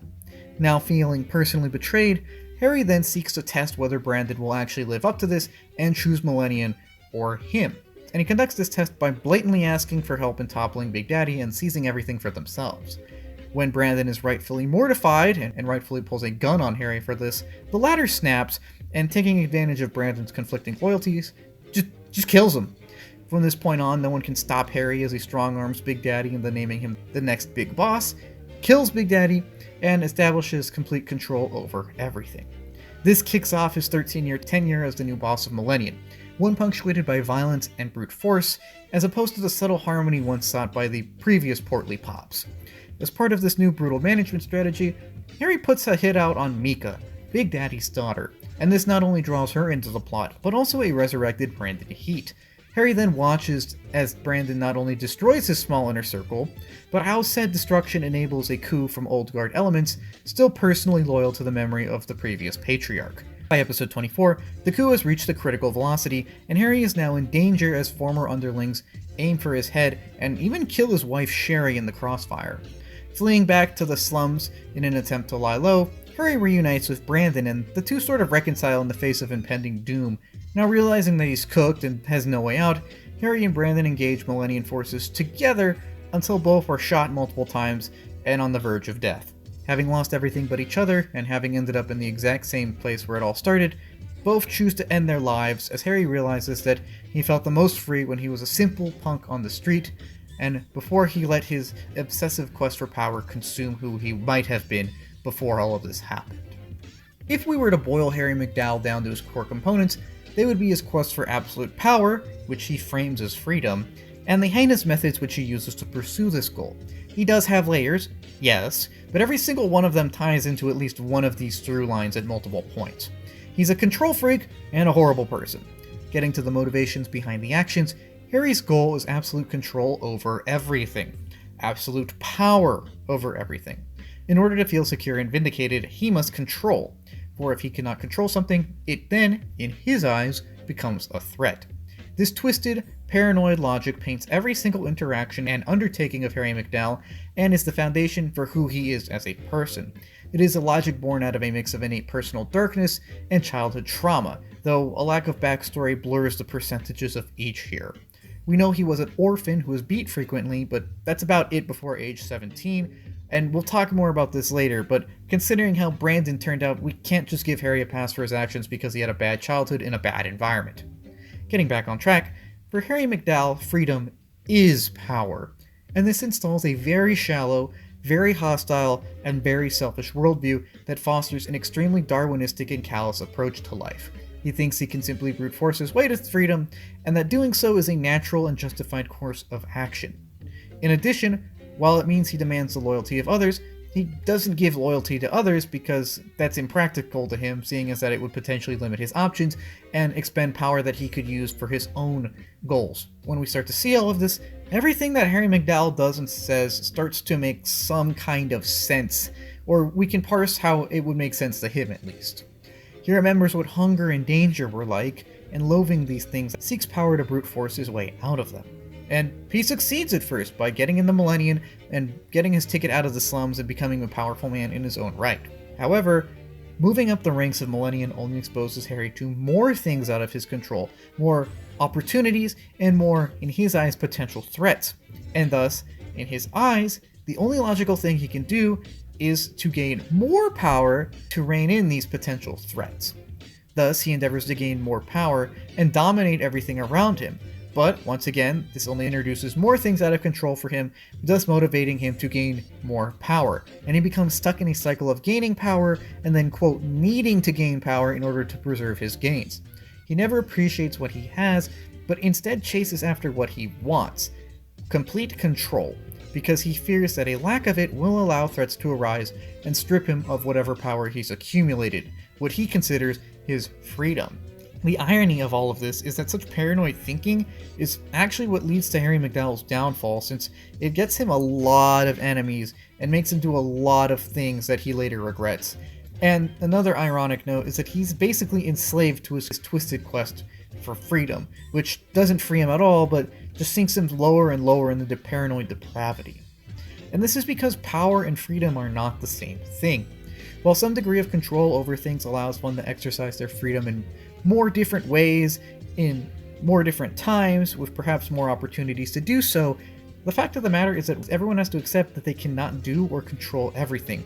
And instead of just accepting this and learning how to deal with his insecurities and whatnot, Harry doubles down on his treacherous behavior until it leads to his downfall. Since he is capable of gaining more power, he never reasons that there is a point in which he will not be able to, and this lack of foresight means that he bullheadedly charges into whatever scheme he puts his mind to. To him, if freedom is the main goal, and freedom is power, then power is really the only thing that matters, so it doesn't matter to him if he crosses everyone in the process, and it doesn't matter to him how impulsive or poorly thought out his plans are. As such, he is utterly unscrupulous and extremely manipulative, because he reasons that if brutal methods can quickly gain him power, morality restricts the use of his power, and everyone else is a potential threat anyways, in his eyes, then there really is no reason to employ any kind of actual moral compass. That's not to say he has one, I highly doubt he does, but even if he did, he would probably only see it as an impediment to his goals and his ideals. I mean, there are scenes where he pretends to be noble, but under that mask, he is completely morally bankrupt. He obsesses over power and uses this obsession to justify everything he does, because to him, most people just don't matter. In his very selfish and Darwinistic viewpoint, it is his right, and indeed in his eyes his duty, to rule over those who could not get it right for themselves in his eyes. And while many do see freedom as a generic good, Harry's definition of freedom isn't, because it would mean everyone else is enslaved to him. He's so obsessive about this, though, that he doesn't realize how far gone he is, and is genuinely confused and or bothered by others showing empathy for beings other than himself. Take his murder of Brandon, for example. Self-absorbed as he is, Harry reasons that everyone must be like him, what he considers the pinnacle of evolution. And this not only enhances his paranoia, because if everyone was like him then he actually would be surrounded by threats, but it also installs in Harry a crippling lack of any sort of empathetic ability. When Harry screams Brandon betrayed him by simply trying to stay faithful to Millennium, it may sound completely illogical, but if we re-examine this dialogue with Harry's own twisted logic in mind, then there is some extremely twisted and incorrect, but consistent logic here. Since Harry sees absolute control over someone as essential, he sees Brandon's refusal to kill Big Daddy as a repudiation of this. Thus, in Harry's eyes, Brandon is now a threat to him because he chose the Code of Iron over Harry.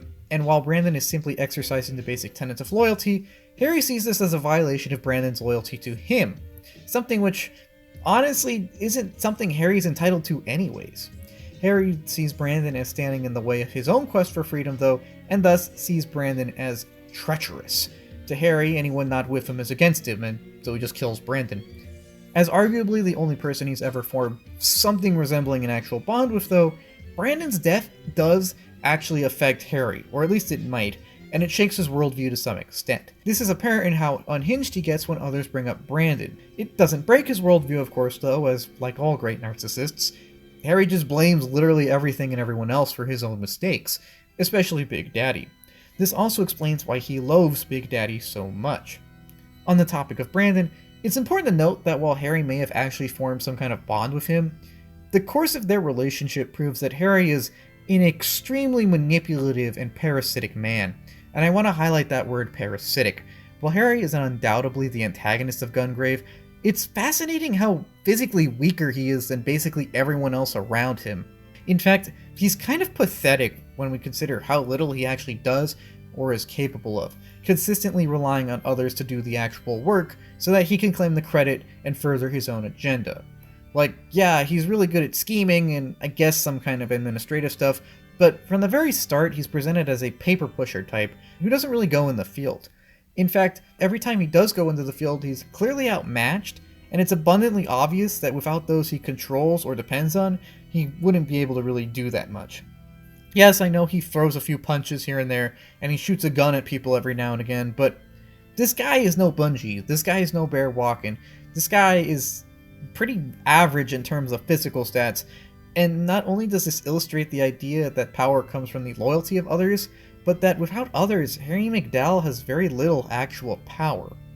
And there's some great irony to this because although Harry is an extremely selfish narcissist and social Darwinist, without the others that he views so lowly, or at least below him, he can't actually do anything, and this is very evident when he falls from power pretty quickly once his inner circle is taken out from under him.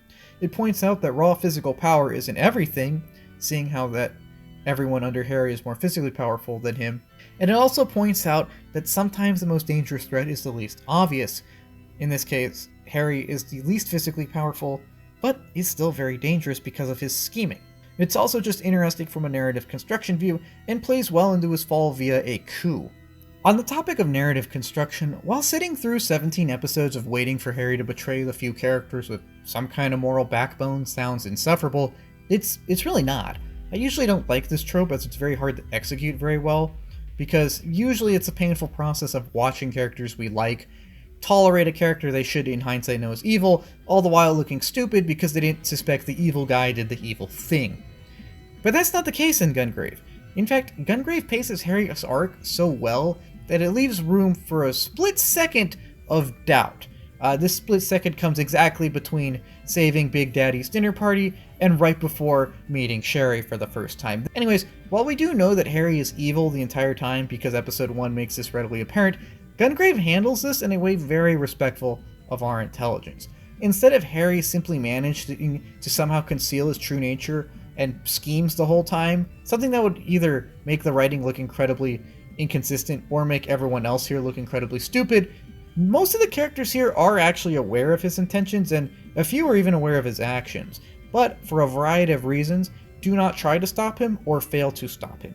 For example, the fact that Brandon knows Harry's scheming is a point in favor of the series, as it draws attention to Brandon's emotional turmoil instead of just painting him as an ignorant blockhead, so on and so forth. It's a much more enjoyable story when actual reasons for characters allowing things to happen are given, instead of everyone just being dumb or Harry somehow pulling Deus Ex Machina plot armor out of nowhere. Getting to the message of the man, Harry's treachery and degeneracy need no introduction by this point, going well beyond the standard crimes committed by the criminal cast. While everyone in Millennium does have blood on their hands, they are, for the most part, professionals and don't really dwell on their criminal behaviors, seeing it as simply something they need to do for a check and for the organization as a whole. Beyond doing what needs to be done, they don't seem to try and cross too many lines when not asked to. Harry, though, is different. In a cast of scum, where everyone other than Mika and Maria is morally gray at best, Harry is the lowest of the low, not because he commits crimes, but because he commits crimes unnecessary, and crimes that the others of Millennium probably wouldn't even contemplate. Now, of course, you could go on a 4-page diatribe describing all of his betrayals and parasitic behavior and interactions, though I think that'd be redundant at this point. So instead, we're just going to quickly discuss the most disgusting aspect of Harry MacDowell in his most disgusting set of actions, which is his manipulation and abuse of Sherry Walken. Something which is probably not the most YouTube friendly, and something which is very uncomfortable. Now, as mentioned earlier, in this very scene, Harry goes full predator mode and just never backs off. He sees the meek greeting of a 13-year-old girl and decides to manipulate it to his advantage. It is absolutely disgusting and absolutely degenerate, and it shows us just truly how morally bankrupt he is. In addition to that, not only is he doing this, but he's also using it as an opportunity to strong-arm Sherry's father, Bear. With the sickest part being that, judging by the interactions the two have throughout the series, I don't think this is just an attempt to control Bear, but something that Harry seems genuinely interested in. What I'm saying is that this isn't simply Harry trying to blackmail a man by threatening his daughter. It's someone who enjoys that abuse, all the while the blackmail he gets off is just kind of a side benefit for him. I don't care that they get married, and I don't care that Sherry may seem quote-unquote normal as an adult. Nothing about this set of interactions is normal, and nothing about it is healthy. It speaks to Harry's complete and utter depravity that he would even consider and go through with such a despicable and manipulative thing, and it is the biggest proof that Harry is a complete monster. It is extremely reprehensible and speaks for itself. It's better evidence of his evil nature than the complete 4-page breakdown of every other excessive action he takes in the series, and it's proof that he is indeed deplorable. And this leads us to a final interesting philosophical side note of Harry MacDowell. Now, Gungrave is set in a world of moral grays, with very few characters we could actually consider quote-unquote good, but Gungrave also does a relatively decent job of showing that people are more complex than simply being born good or born evil. Some will be more shaped by their environment than others, and of course everyone has their own ideals and ideas in terms of morality. I think it's silly to say that all people are naturally good, and I think it's also silly to say that all people are naturally evil, as humanity covers such a broad and diverse spectrum that you really can't put everyone into one single box. Ed Gungrave seems to agree with this, but in the person of Harry MacDowell, it does ask, are some people just naturally evil? Now, of course, this is a very dangerous question to ask, since good itself is subjective, and we can't just categorize humanity by such broad strokes, but I do think that Gungrave is trying to say that Harry MacDowell is just evil. Compare Harry with Brandon. Two people from the same area and the same time who are of wildly different moral canvases in spite of enduring, from what I can tell, many of the same hardships growing up. Both are orphans, exposed to similar deprivations and cruelties in a slum, and yet only one becomes a complete monster. The environment alone cannot be blamed for the entirety of one's person and one's identity. It cannot alone be blamed for Harry MacDowell's antics and why he is the person he is today. In fact, I think doing so would only feed into his narcissistic tendency to blame others for his own issues. I don't think Gungrave is saying that people are born evil, but it is saying that maybe, every now and again, one of them is. And if that is the case, then it would definitely be Harry MacDowell. Indeed, perhaps he really is just a monster. Finally, that gets us to Brandon Heat, the main character of Gungrave, and a rather interesting one too. While Brandon does not say a lot in the series, to a rather baffling degree, he is still a man with ideas and goals, and seeing him execute upon these without necessarily commenting on them makes for an interesting viewing experience. In addition, his actions may seem self-defeating or even conflicting at times, but with further examination, these do make some kind of sense, and decoding them is another rather interesting aspect of the viewing experience. In fact, part of Brandon's character and why he's so interesting as a whole is because of how much of it is left to our interpretation, and the excellent job the series does leading us along to come to the sort of interpretation that Gungrave wants us to. Of all the main characters we've covered on this channel, Brandon certainly has some more unique or vague writing decisions applied to his character, and I do question a few of them, but that's no means an insult to the overall execution, and here we will unpack these and the man who returned from beyond the grave. As probably explained ad nauseum by this point, Brandon Heat was a simple man who grew up in the slums, alongside his best friend Harry MacDowell. In said slums, Brandon lived a simple street punk life, alongside a few friends, all the while attempting to court the young Maria, who he saved from an attack one night. Now this simple life doesn't last forever though, as one day Brandon's gang crosses Mad Dog, this guy, who not only kills Brandon's friends, but also Maria's uncle Jester. While Brandon and Harry are narrowly saved by Bear Walken, they come to a new crossroads in their life, and as Maria is whisked away by Big Daddy, Brandon is seemingly without direction. Although this is soon assigned to him when he decides to join Harry, who recently decided that he wanted to join Millennium. Now, as a member of Millennium, Brandon starts off as simple muscle, but through hard work, dedication, and a personal bond with the Big Daddy, who he meets via Maria, Brandon rises through the ranks and is eventually inducted into the family as one of the best sweepers there is. In this role, he plays crucial roles in various sagas like the Lightning War, all the while being tacitly aware of Harry's treacherous scheming. Over time, he comes to truly cherish his role as a member of the family and his connection with Big Daddy, even if his job leads him to rejecting Maria, because in his eyes, he isn't good enough for her. When the time comes for Big Daddy to name a successor, he confides in Brandon that he didn't choose Harry because he sensed something was off about him, and that he trusts Brandon to oversee Harry, and that if it was up to him, he would like to name Brandon as a potential successor candidate. To this end, Brandon pledges that he will ensure Harry's loyalty for the entirety of both of their lives. Harry overhears this though, and then decides to actively test Brandon by blatantly suggesting the two kill Big Daddy. Enraged, Brandon pulls a gun on Harry, but is paralyzed by the conflicting loyalties he feels between Harry, Big Daddy, and Millennium, and this causes him to hesitate long enough for Harry to kill him. Foreseeing this possibility though, Brandon long ago made a pact with Dr. T to be necrolized should anything like this happen to him. He did this so Big Daddy could call upon him should he ever be needed. While Big Daddy refuses to wake Brandon out of respect for the dead, though, eventually his daughter Mika is forced to when Harry MacDowell tries to have her killed. Brandon now has returned from beyond the grave, now not only dropping a reference to the video game, but also establishing himself in a new role as Mika's protector. After killing 3 of the Big Four of Millennium, he then tells Mika that his time is nearing an end, and that she'll have to learn to live for herself.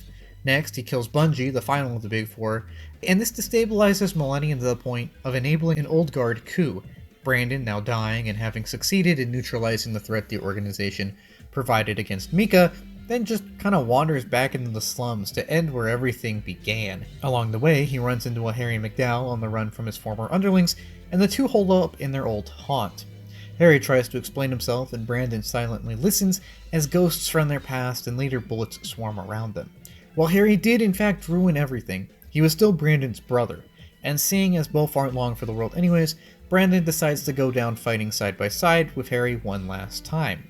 The two are eventually defeated, and as they lie under the oppressive sun, reflect on how everything has kind of come full circle, resolving to end each other's lives and the cycle of violence that they have been caught on for their whole lives, as these two interconnected men go down together just as they had lived together for so many years.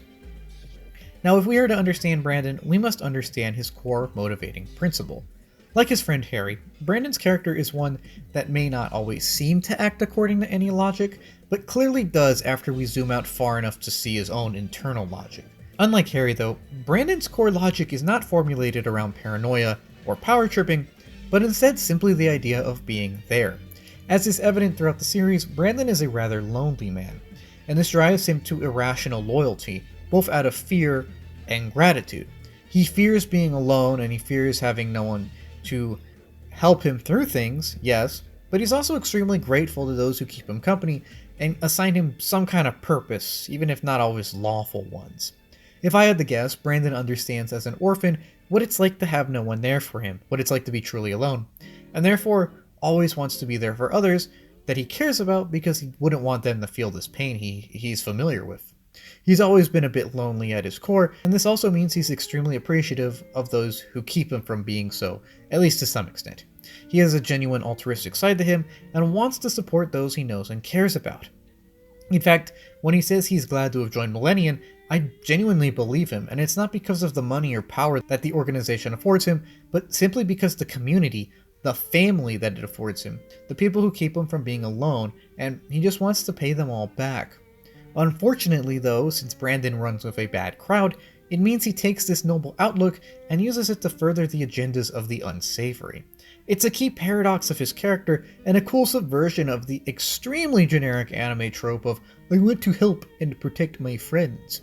In fact, I love how Gungrave plays around with this trope, because as an anime protagonist, Brandon does fit the very conventional mold of just being a guy who wants to help his friends and protect them. It just so happens that all of his friends are bad actors, are all bad mafiosos, which leads to a lot of moral quandaries. It seems like a active commentary on the part of the writing staff to get us to ask, is Brandon a good person because he simply wants to be a good friend, or because he allows this desire to drive him to do bad things, is he a bad person? There's a lot of quandaries like this when it comes to Brandon, and I think it's intentional, and I really do like that, how Gungrave kind of uses a very familiar mold in a new-ish scenario to get us to question just how things work out in this scenario. Now, Brandon does become a more clear-cut protagonist once Mika is involved, but this is still a man with a past who undeniably did horrible things, even if out of an altruistic streak. That's not to justify his actions, but just to cement the commentary that blind loyalty is not necessarily a virtue, and the virtue of loyal acts depends more on the acts themselves and the moral stance of who or whatever these actions are being done on behalf of. When we see that this idea of appreciative loyalty is the core of Brandon's character though, everything starts to make sense, from his rejection of Maria to a seemingly bizarre decision to die side by side with Harry MacDowell. He takes the anime trope of going to extremes for others to a philosophical extreme by doing it for people who by no means deserve it, people who have actively harmed him, and people who are actively evil. Take his final stand with Harry, for example. We know that Harry killed Brandon, and we know that Harry ruined everything. We know that he's a horrible degenerate, but deep inside, Brandon remembers when Harry was the first person to ever be kind to him, and all the times that they had before the backstabbing and before Millennium. Brandon remembers what it was like to have only Harry there, and Harry backing him up on those occasions, and chooses to focus on that and his own convictions, and not all the other stuff that would logically nullify all of that. Brandon is appreciative in the extreme, and so out of this dies side by side with Harry, not because he crawled back to him, or even because he perhaps forgave him, but instead because he lives by the principle of saying thank you, even to those who don't deserve it. Thus, this ending is actually a surprisingly fitting one, and I liked it a lot because it just feels in line with his character and surprisingly natural. Brandon's final act also serves as a sort of meta-commentary in this regard too, as he really calls into question the seemingly ludicrous idea of teaming up with a previous enemy. In a genre where it's not unusual to befriend the villains of the last arc, something like Vegeta, Kenpachi Tsuraki, etc., Brandon doing so seems like a blatant exercise in looking at the viewer and asking us to really question whether or not this is something that would happen in real life. It seems crazy here, and I think that's the point. Brandon's quiet, lonely, and loyal core, though, mean that to some extent he is a character defined by others. And I don't know if this is entirely a writing issue or a conscious decision on the behalf of the writers. Now, I think it goes without saying that Brandon's lack of dialogue does hamper his characterization, and it does mean that he's not as well defined as he could be. It is also a detriment to the characterization of those he is closest to, because they have less to work with, if that makes sense. I think there is reason to say that his writing is objectively somewhat flawed, or at the very least, not the strongest, because his lack of vocalization means that he seems a lot simpler or a lot less interesting than he actually is. And it's up to us as viewers to really get into his deeper layers. Something which, while usually done via talking, isn't really done here because he just doesn't talk so much. However, this is not to say that his writing's horrible or even bad. In fact, I think his writing's pretty good most of the time, and it is a unique strength of an anime when they can have a protagonist who's memorable without saying much. Take a Chisei from Technolize, for example. That guy talks even less than Brandon, and he is extremely memorable. Getting back on topic, Brandon is not defined by others because he is weak or because his writing sucks, but simply because he's extremely reserved and appreciative of others, and he does have a passive and apathetic streak within him that is a result of his loneliness. These combine and result in a man who, while capable of exerting great power, often allows others to dictate to him how he should do this and for what purposes. He simply doesn't care about the details of a lot of day-to-day stuff because he's either trying to just be there for the people around him, or he's apathetic about such small things. He is scared of being alone and therefore just goes along with whatever agenda is set. And the resulting lack of oversight on his part, or ability to execute on it, lead to him making some very questionable judgments now and again, and this feeds into his inner conflicts, which are that of his conscience and that of his conflicting loyalties. Even though Brandon doesn't always act on his ideas, he's still a man capable of thought and in possession of a logic mentioned earlier. He does have a moral compass, and even if he constantly is forced to bury it in order to quote-unquote help Millennium, it's still there. This in turn leads to a lot of inner turmoil for the man as he struggles to rectify the moral disconnect of how the seemingly good intention of just wanting to help out friends often results in murdering other people, objectively bad things. As such, Brandon often finds himself at a sort of impasse, as he loathes both ideas of killing and ideas of just not being there for those who quote-unquote need him. He of course chooses the quote needs of the many over his own, but this does result in some self-loathing and apathy that ironically feed into his passive tendencies even more. He seems sad about the lack of quote good options here, but accepts it as somewhat inevitable. There is a moral disconnect that he is aware of though, and it's eating away at him is actually why he rejects Maria. He does so because he knows he does immoral things, and he doesn't want to expose her to such things. He dislikes the fact that being a member of the family requires him to kill, and steal, and cheat and lie, and yet he stays on because he doesn't want to be alone, and because he genuinely likes all of the people that he works with and lives with. This is another great example of how simply trying to help those around you, and those you care about, can be twisted and exploited by those people should they be unscrupulous. A very natural extension of this then is Brandon's conflicting loyalty between Millennium and the scheming Harry MacDowell. While the two join Millennium at the same time, they have very different ideas on how to rise through the ranks and why they need to. Harry seeks to lie and cheat and abuse the system for his own agenda, while Brandon seeks to elevate himself via a flawless execution of Millennium's agenda. One seeks to advance his own interest via exploiting the system, and one exploits his own talents and abilities to facilitate the system advancing his agenda. Harry tries to overpower everything, and Brandon tries to work with everything. Therefore, while Harry never really forms attachments to any of his subordinates or peers, or Millennium as a whole, Brandon ingratiates himself to all of these things and seems genuinely invested in all of their well-being, and genuinely enjoys being a part of the family, as this deep net of connections makes Brandon feel less alone, which is something he's always struggled with. Harry MacDowell, however, doesn't care about any of this and demands strict loyalty, making Brandon choose between serving the agenda of Millennium or Harry MacDowell.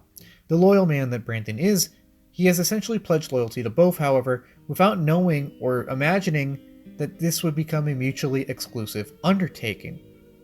However, Harry does make them mutually exclusive, and Brandon will have to betray someone no matter what he does from this point on. For this reason, he simply decides not to make a choice until it's basically forced upon him, and he's paralyzed by the weight of this decision, at least long enough for Harry to make it for him.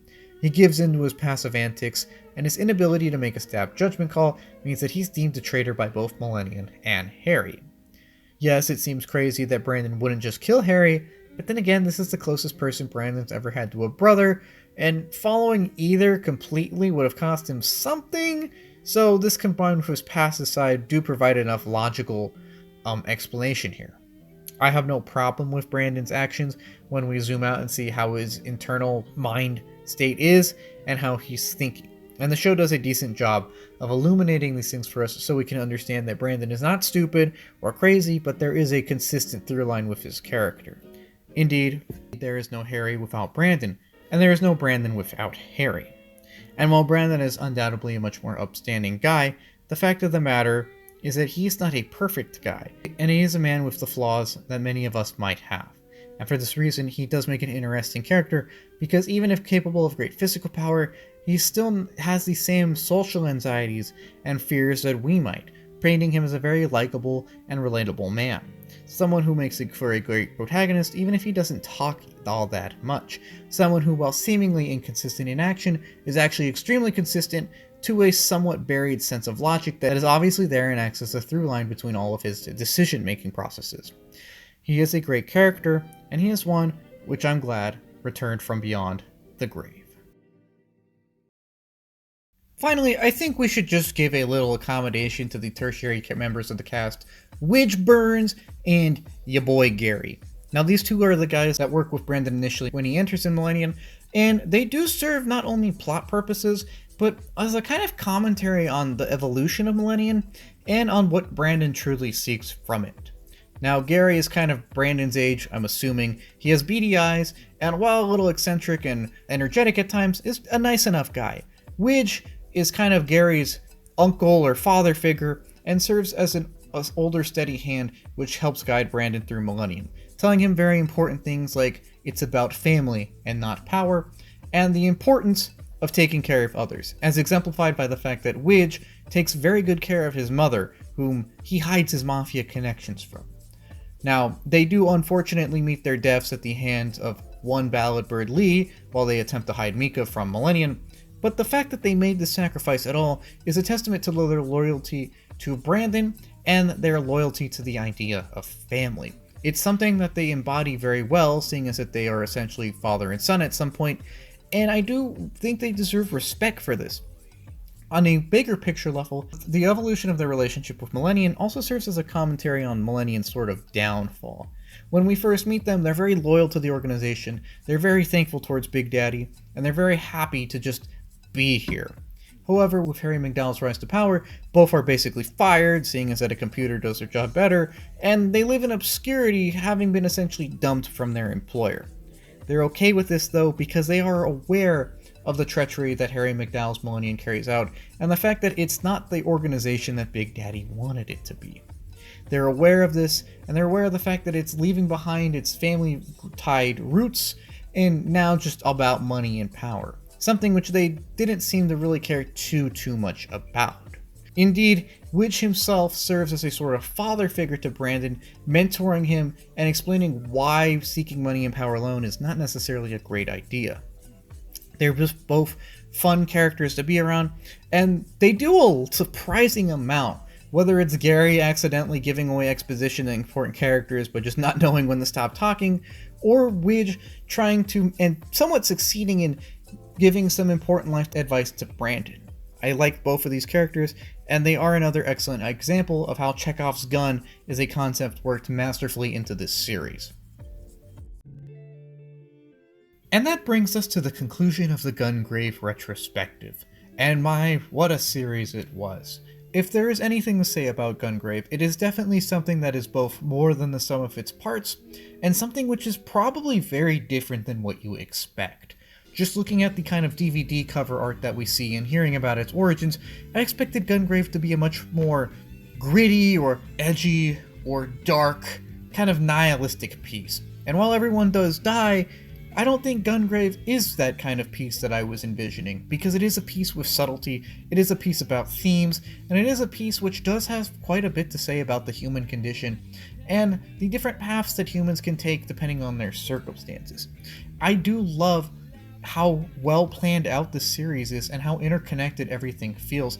In fact, I think that's one of its greatest hidden strengths, and something that I just want to emphasize one more time, because when you watch Gungrave, although it may seem like a over-the-top action piece based around a video game from just a glance, when we really take the time to appreciate the artistry and the effort that went into it, we can see that there is connective tissue everywhere, and that every sinew and every ligament is carefully constructed and designed to connect as much of the different context and material here as possible, proving that this was a lovingly crafted and masterfully crafted anime. Something which is, as mentioned earlier, beyond what you would expect for something that's based upon a undead guy blasting away his former mafia pals. It's something that I was very impressed with, because while I do enjoy action schlock and was expecting this to be something along those lines, it's not. And it does have violence, yes, but the violence is impactful not only because of what it physically does, but also because of how it philosophically and emotionally comments upon and impacts upon the state of the human condition in the series. While this is a show about a guy who comes back from the dead, and is technically dead for a good chunk of it, it is a show that feels very much alive and very much has a beating heart, as proven by the effort put into it and how excellently subtle it is, whether it's the jazzy OST full of masterful harmonies, or the simple fact that we see all of the bit characters consistently so we know that they're there still. Gungrave is a testament to tight production, and for that reason, this series that is based on a supposedly 6 out of 10 video game is at least an 8.5 or 9 out of 10. Of course, your mileage will vary, especially if you don't like the whole everyone kind of dies ending, but considering how it's executed here and how fitting I found it overall, I think Gungrave had a core vision, and it stuck to it, and it executed upon it excellently. And I'm glad to have talked about it in order to bring memories of it back from beyond the grave, in order to speak about why it is more than just a video game tie-in, and why it can definitely stand on its own, and maybe get you into the video games if you want to. Again, I haven't played them, I don't know how good they are, but I can say that this anime is definitely a great, obscure anime memory. With that in mind, it's time for the usual housekeeping things. Sorry that this took so long, a bunch of things came up, but I am glad to have it done, and I am glad to have taken my time with it, because I feel like I could have made this into a 2-hour video, but then I wouldn't have gotten to say everything I really wanted to say. And, at the end of the day, it is about quality and not necessarily quantity. Although if I could have both, I would prefer that, but, this is just a little hobby, so I gotta stay consistent with my limited production value. Anyways, thank you for all of you that have suggested Gungrave, especially the one guy, you know who you are, because I really did enjoy watching this, and I hope this video, that those of you who have been asking for years now, is up to snuff. I did put effort into it, I think, and I hope that I I paid respect to this series, which is definitely worthy of it. Thank you for your time, and for those of you who are subscribed or subscriptions, I'm going to go back to one-offs for a bit, just to, refuel a little, and then there will be another poll for the next retrospective. In the meantime, thank you for everything, and please remember to just keep thinking about some great, obscure anime memories. Please stay safe out there, and thank you for joining me.